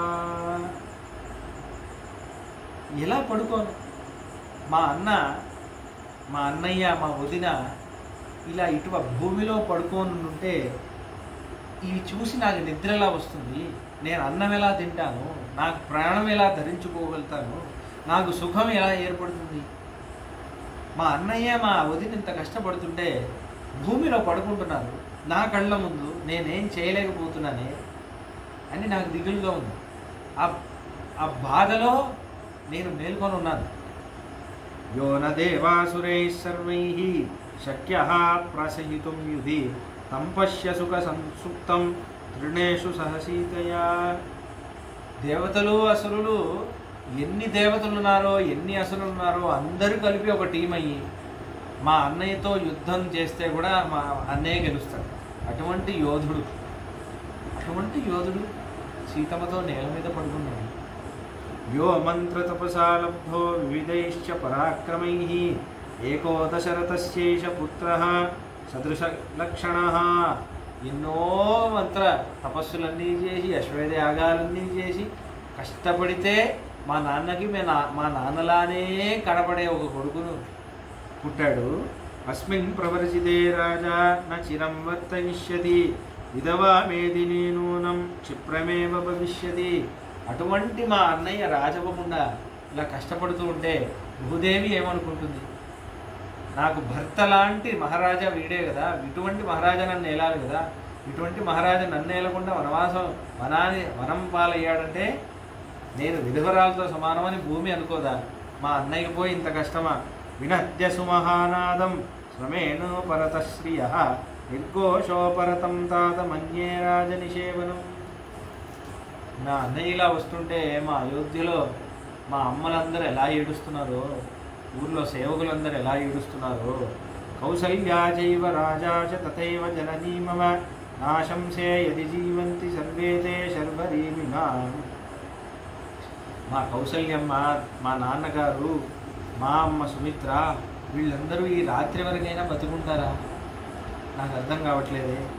జీవేదపి హిమే మాత శత్రుఘ్నస్యాన్వపేక్షయా తద్దుఃఖం యది కౌసల్యా వీరసూర్వినైశిష్యతి.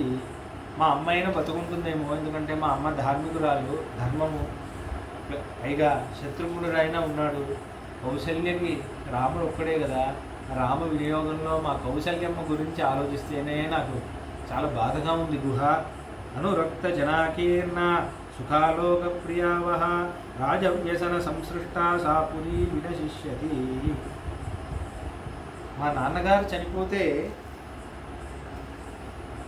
వీళ్ళందరూ మా నాన్నగారికి పోయి ఇంత కష్టం వచ్చిందే అని ఎదురు చూసి మా నాన్నగారు ప్రాణం విడిచేస్తారు.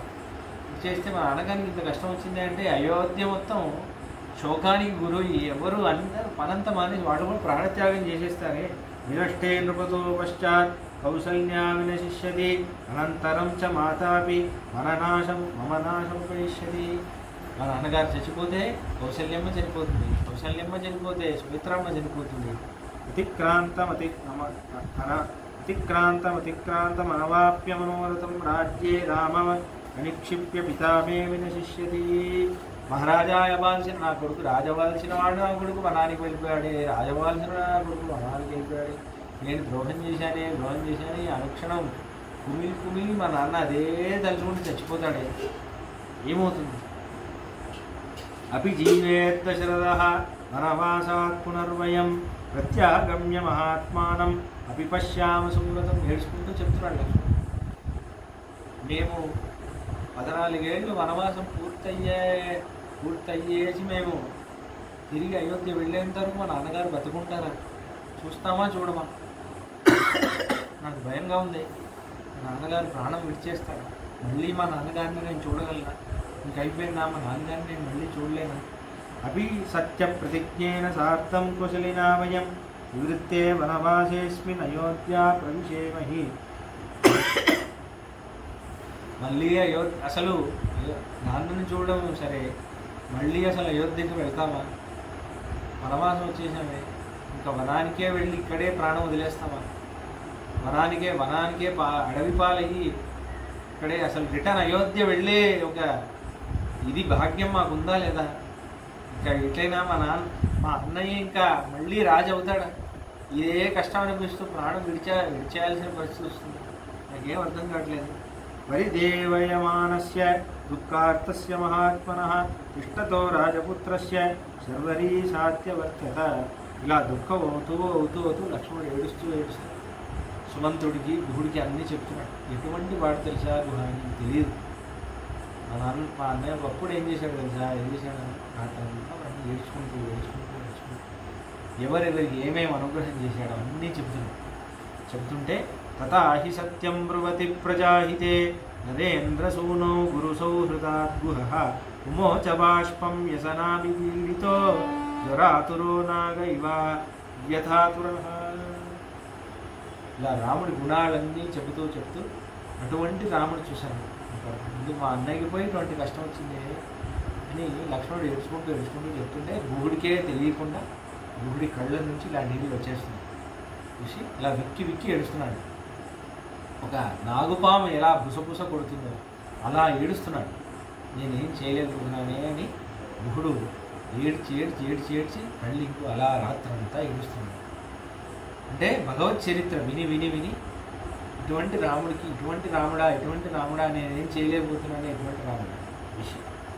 అయితే ఇంట్లో ఒక అందమైన విషయం ఉంది, అది చెప్పి ముగించేస్తాను. దీని తర్వాత రాముడు ఇంకా గంగా వైపు చేయాలి. దాని తర్వాత సుమంతుడితో ఒక అందమైన సంభాషణ, అది వచ్చేసాను చెప్పి. ఇక్కడ విషయం ఏంటంటే సీతారాములు పడుకోనున్నారు. లక్ష్మణుడు ఆ పడుకోనున్న సీతారాముల్నే ధ్యానం చేస్తూ తనకున్న కష్టాన్ని తలుచుకుంటూ మిత్రులతో పంచుకొని రాత్రిని గడుపుతుంది. మన జీవితమే ఈ రాత్రి అని అంటున్నారు మన ఆచార్య. యానిషా సర్వభూతానాం తస్మాత్ జాగర్తి సంయమి అని అంటున్నారు కృష్ణుడు భగవద్గీతలో. యోగి అనేవాడు, జ్ఞానం పొందిన మహాత్ముడు, ఒక జ్ఞాని అనేవాడు ఏం చేస్తాడంటే సంసారంలో అందరూ ఈ భౌతిక సుఖాల్లో వాళ్ళు నిద్రపోతున్నప్పుడు యా నిషా సర్వభూతాన అప్పుడు వాడు లేస్తాడు. వాడు లేచి భగవంతుడిని ధ్యానం చేస్తాడు అనే విషయం. కాబట్టి ఈ సంసారం అనే నిద్రలో అందరూ నిద్రపోతుంటే ఒక్కడు మాత్రం లేచి రాముడి సీతారాముల గుణగణాలనే మాట్లాడి ఆ రాత్రి గడపడం వల్ల వాడలా ఉండడం వల్ల వాడి సత్సంగం కావాలని ఇద్దరు చేరుకుంటున్నారు, గుహుడు సుమంతుడు. దాని తర్వాత గుహుడు చెందిన వాళ్ళందరూ చేరుకుంటారు. ఇలా ఒక భక్తుడు, ఒక మంచి జ్ఞాని, ఒక ఆచార్య పురుషుడు ఈ సంసారం అనే నిద్రలో కూడా ఆయన తన జ్ఞానాన్ని జాగరణం చేస్తూ ఆయన జాగృతమై సీతారాముల లక్ష్మీన దివ్య దంపతుల గుణగణాలనే ధ్యానం చేస్తూ కాలాన్ని గడపాలి అని విషయం. గడిపి ఎవరైతే గడుపుతారో గుహుడు ఎలా లక్ష్మణుడి సత్సంగంలో ఉన్నాడో మనం ఇటువంటి సత్సంగంలో ఉన్నాం. ఎందుకే లక్ష్మణుడు, ఇదే లక్ష్మి ఆయన దగ్గర. గుహుడు చూడండి, లక్ష్మణుడు ఎందుకు మేలుకొని ఉన్నాడంటే మన ఆచార్యులు ఒక అందమైన కారణం చెప్తారు. లక్ష్మణుడికి ఒక భయం, చాలా అందమైన భయం. ఏంటంటే మునపటి రాత్రి రాముడు ఏం చేశాడు? ఆ రోజు లక్ష్మణుడు పడుకోలేడు. లక్ష్మణ, వీళ్ళందరూ పడుకొని ఉన్నారు, ఇప్పుడే సరి అయిన సమయం, మనం వెళ్ళిపోదాం అని అనుకున్నాం. అప్పుడు లక్ష్మణుడు ఆలోచించాడు, నేను మేలుకొని ఉన్నాను కాబట్టి నాకు చెప్పాడు, నేను కూడా పడుకొని ఉంటే నన్ను కూడా వదిలేసి వెళ్ళిపోయేవాడు కదా, కాబట్టి ఇంకా నేను పడుకోను. ఎందుకంటే నేను పడుకున్నానంటే నన్ను వదిలేస్తాడు. మనం కూడా అందుకే పడుకొని ఉండడం వల్లే, ఈ సంసారం అనే భౌతిక సుఖాల్లో పడుకొని ఉండడం వల్లే మనం భగవంతుడికి దూరం అయిపోతాం. అదే మనం లేచి కృష్ణ భక్తిలో ధ్యానం చేస్తే ఈ సంసారం అనే నిద్రలో మనం భగవద్ ధ్యానం వైపు మనం గడిపితే రాముడికి చేరుకుంటాం. రాముడు మనకి సేవ ఇస్తాడు, రాముడు మనతో మన సేవ రాముడికి కావాలి అని రాముడు కోరుకుంటాడు. అదే విషయం. కాబట్టి అందుకే నిద్రపోకుండా సంసారంలో ఈ యాగం చేయడం అనే విషయం. కాబట్టి అలా చాలా అందంగా రాముడు. ఇంకో ముఖ్యమైన విషయం ఏంటంటే, ఒక విషయం అది చెప్పడం మర్చిపోయాను. పోయిన సంచికలో వాళ్ళందరిని ఎందుకు వదిలేశాడంటే వాళ్ళకి స్వధర్మం అనొకటి ఉంది అని ఒక విషయం చెప్పాను. అది అంటే వాళ్ళందరికీ స్వధర్మం ఉంది, ఆ స్వధర్మం వదిలేసి వచ్చారు. స్వధర్మమే రాముడు. కాబట్టి ఆ స్వధర్మం వాళ్ళు చేస్తేనే రాముడు సంతోషిస్తాడు. కాబట్టి రాముడు వాళ్ళని స్వధర్మం చేయించడానికి పంపించాడు అని ఒక విషయం చెప్పారు. అప్పుడు ఒక ప్రశ్న రావాలి, ఆ ప్రశ్నకి సమాధానం చెప్పి ముగిస్తుంది. ఏంటంటే, మళ్ళీ లక్ష్మణుడికి స్వధర్మం లేదా? లక్ష్మణుడిని మాత్రం ఎలా తీసుకెళ్ళాడు? లక్ష్మణుడికి కూడా ఒక స్వధర్మం ఉంది కదా, పత్నిని చూసుకోవాలి, ఇది చూసుకోవాలి. కానీ దానికి జవాబు లక్ష్మణుడిని చెప్తాడు తర్వాత. ఏంటంటే, స్వధర్మం ఎప్పుడు విడిచిపెట్టాలి అని ఒక విషయం ఉంది. భక్తి యోగం చాలా సిద్ధి అయినప్పుడు, ఇప్పుడు నమ్మాళ్వారు ఉన్నారు. నమ్మాళ్వార్ ఆయనకి భక్తి యోగంలో ఎటువంటి సిద్ధి అంటే ఒక్క క్షణం కూడా ఆయన భగవంతుని విడిచి ఉండలేరు. ఇప్పుడు ఆయన సంధ్యావందనం చేస్తానని దిగారనుకోండి, ఆయనకు భగవంతుడి ఆయనకి విరహం ఏర్పడుతుంది. కాబట్టి అనుష్ఠానమే ఆ భగవంతుడి అనుభవానికి అది విరహంగా అవుతుంది ఆయనకి. మనకి అలా అవ్వదు. మనమేం ప్రతిక్షణం మనకి అయ్యో ఈ సంధ్యావందనం నాకు భగవద్ అనుభవానికి ఆటంకంగా ఉంది అంటున్నాడంటే వాడు మోసం చేస్తున్నాడు. ఎందుకంటే ఒక్క క్షణం కూడా తైలధార విచ్ఛిన్నవతే అని అంటున్నారు. ఒక తైలధార పడింది అనుకోండి, కంటిన్యూస్గా పడుతుంది కదా, ఒక డ్రాప్ ఇలా సన్న చుక్క అన్ఇంటరప్టెడ్గా పడుతుంది కదా, అలా ఉండాలి భక్తి యోగం. అటువంటి స్థితి వస్తే ఓకే. అటువంటి స్థితి వస్తే కూడా రామానుజాచార్యుల వారు సంధ్యావందనం చేస్తారు. 120 ఏళ్ళు వచ్చినప్పుడు కూడా సంధ్యావందనం, ఎందుకంటే చేసేది వాడి కోసమే కదా అని చేస్తున్నారు. లక్ష్మణుడు అలాంటి వాడు. లక్ష్మణుడే అంటాడు, వచ్చే 2-3 సర్గల్లో ఏమంటాడంటే, ఒక అందమైన శ్లోకం ఉండి చెప్తాడు, వచ్చేప్పుడు చెప్తాను. సముద్రం నుంచి చేపని విడదీసేస్తే చేప ఎంతసేపు బతుకుతుంది? బతకదు కదా. అలానే నీ నుంచి నన్ను దూరం చేశావంటే అన్నయ్య, నేను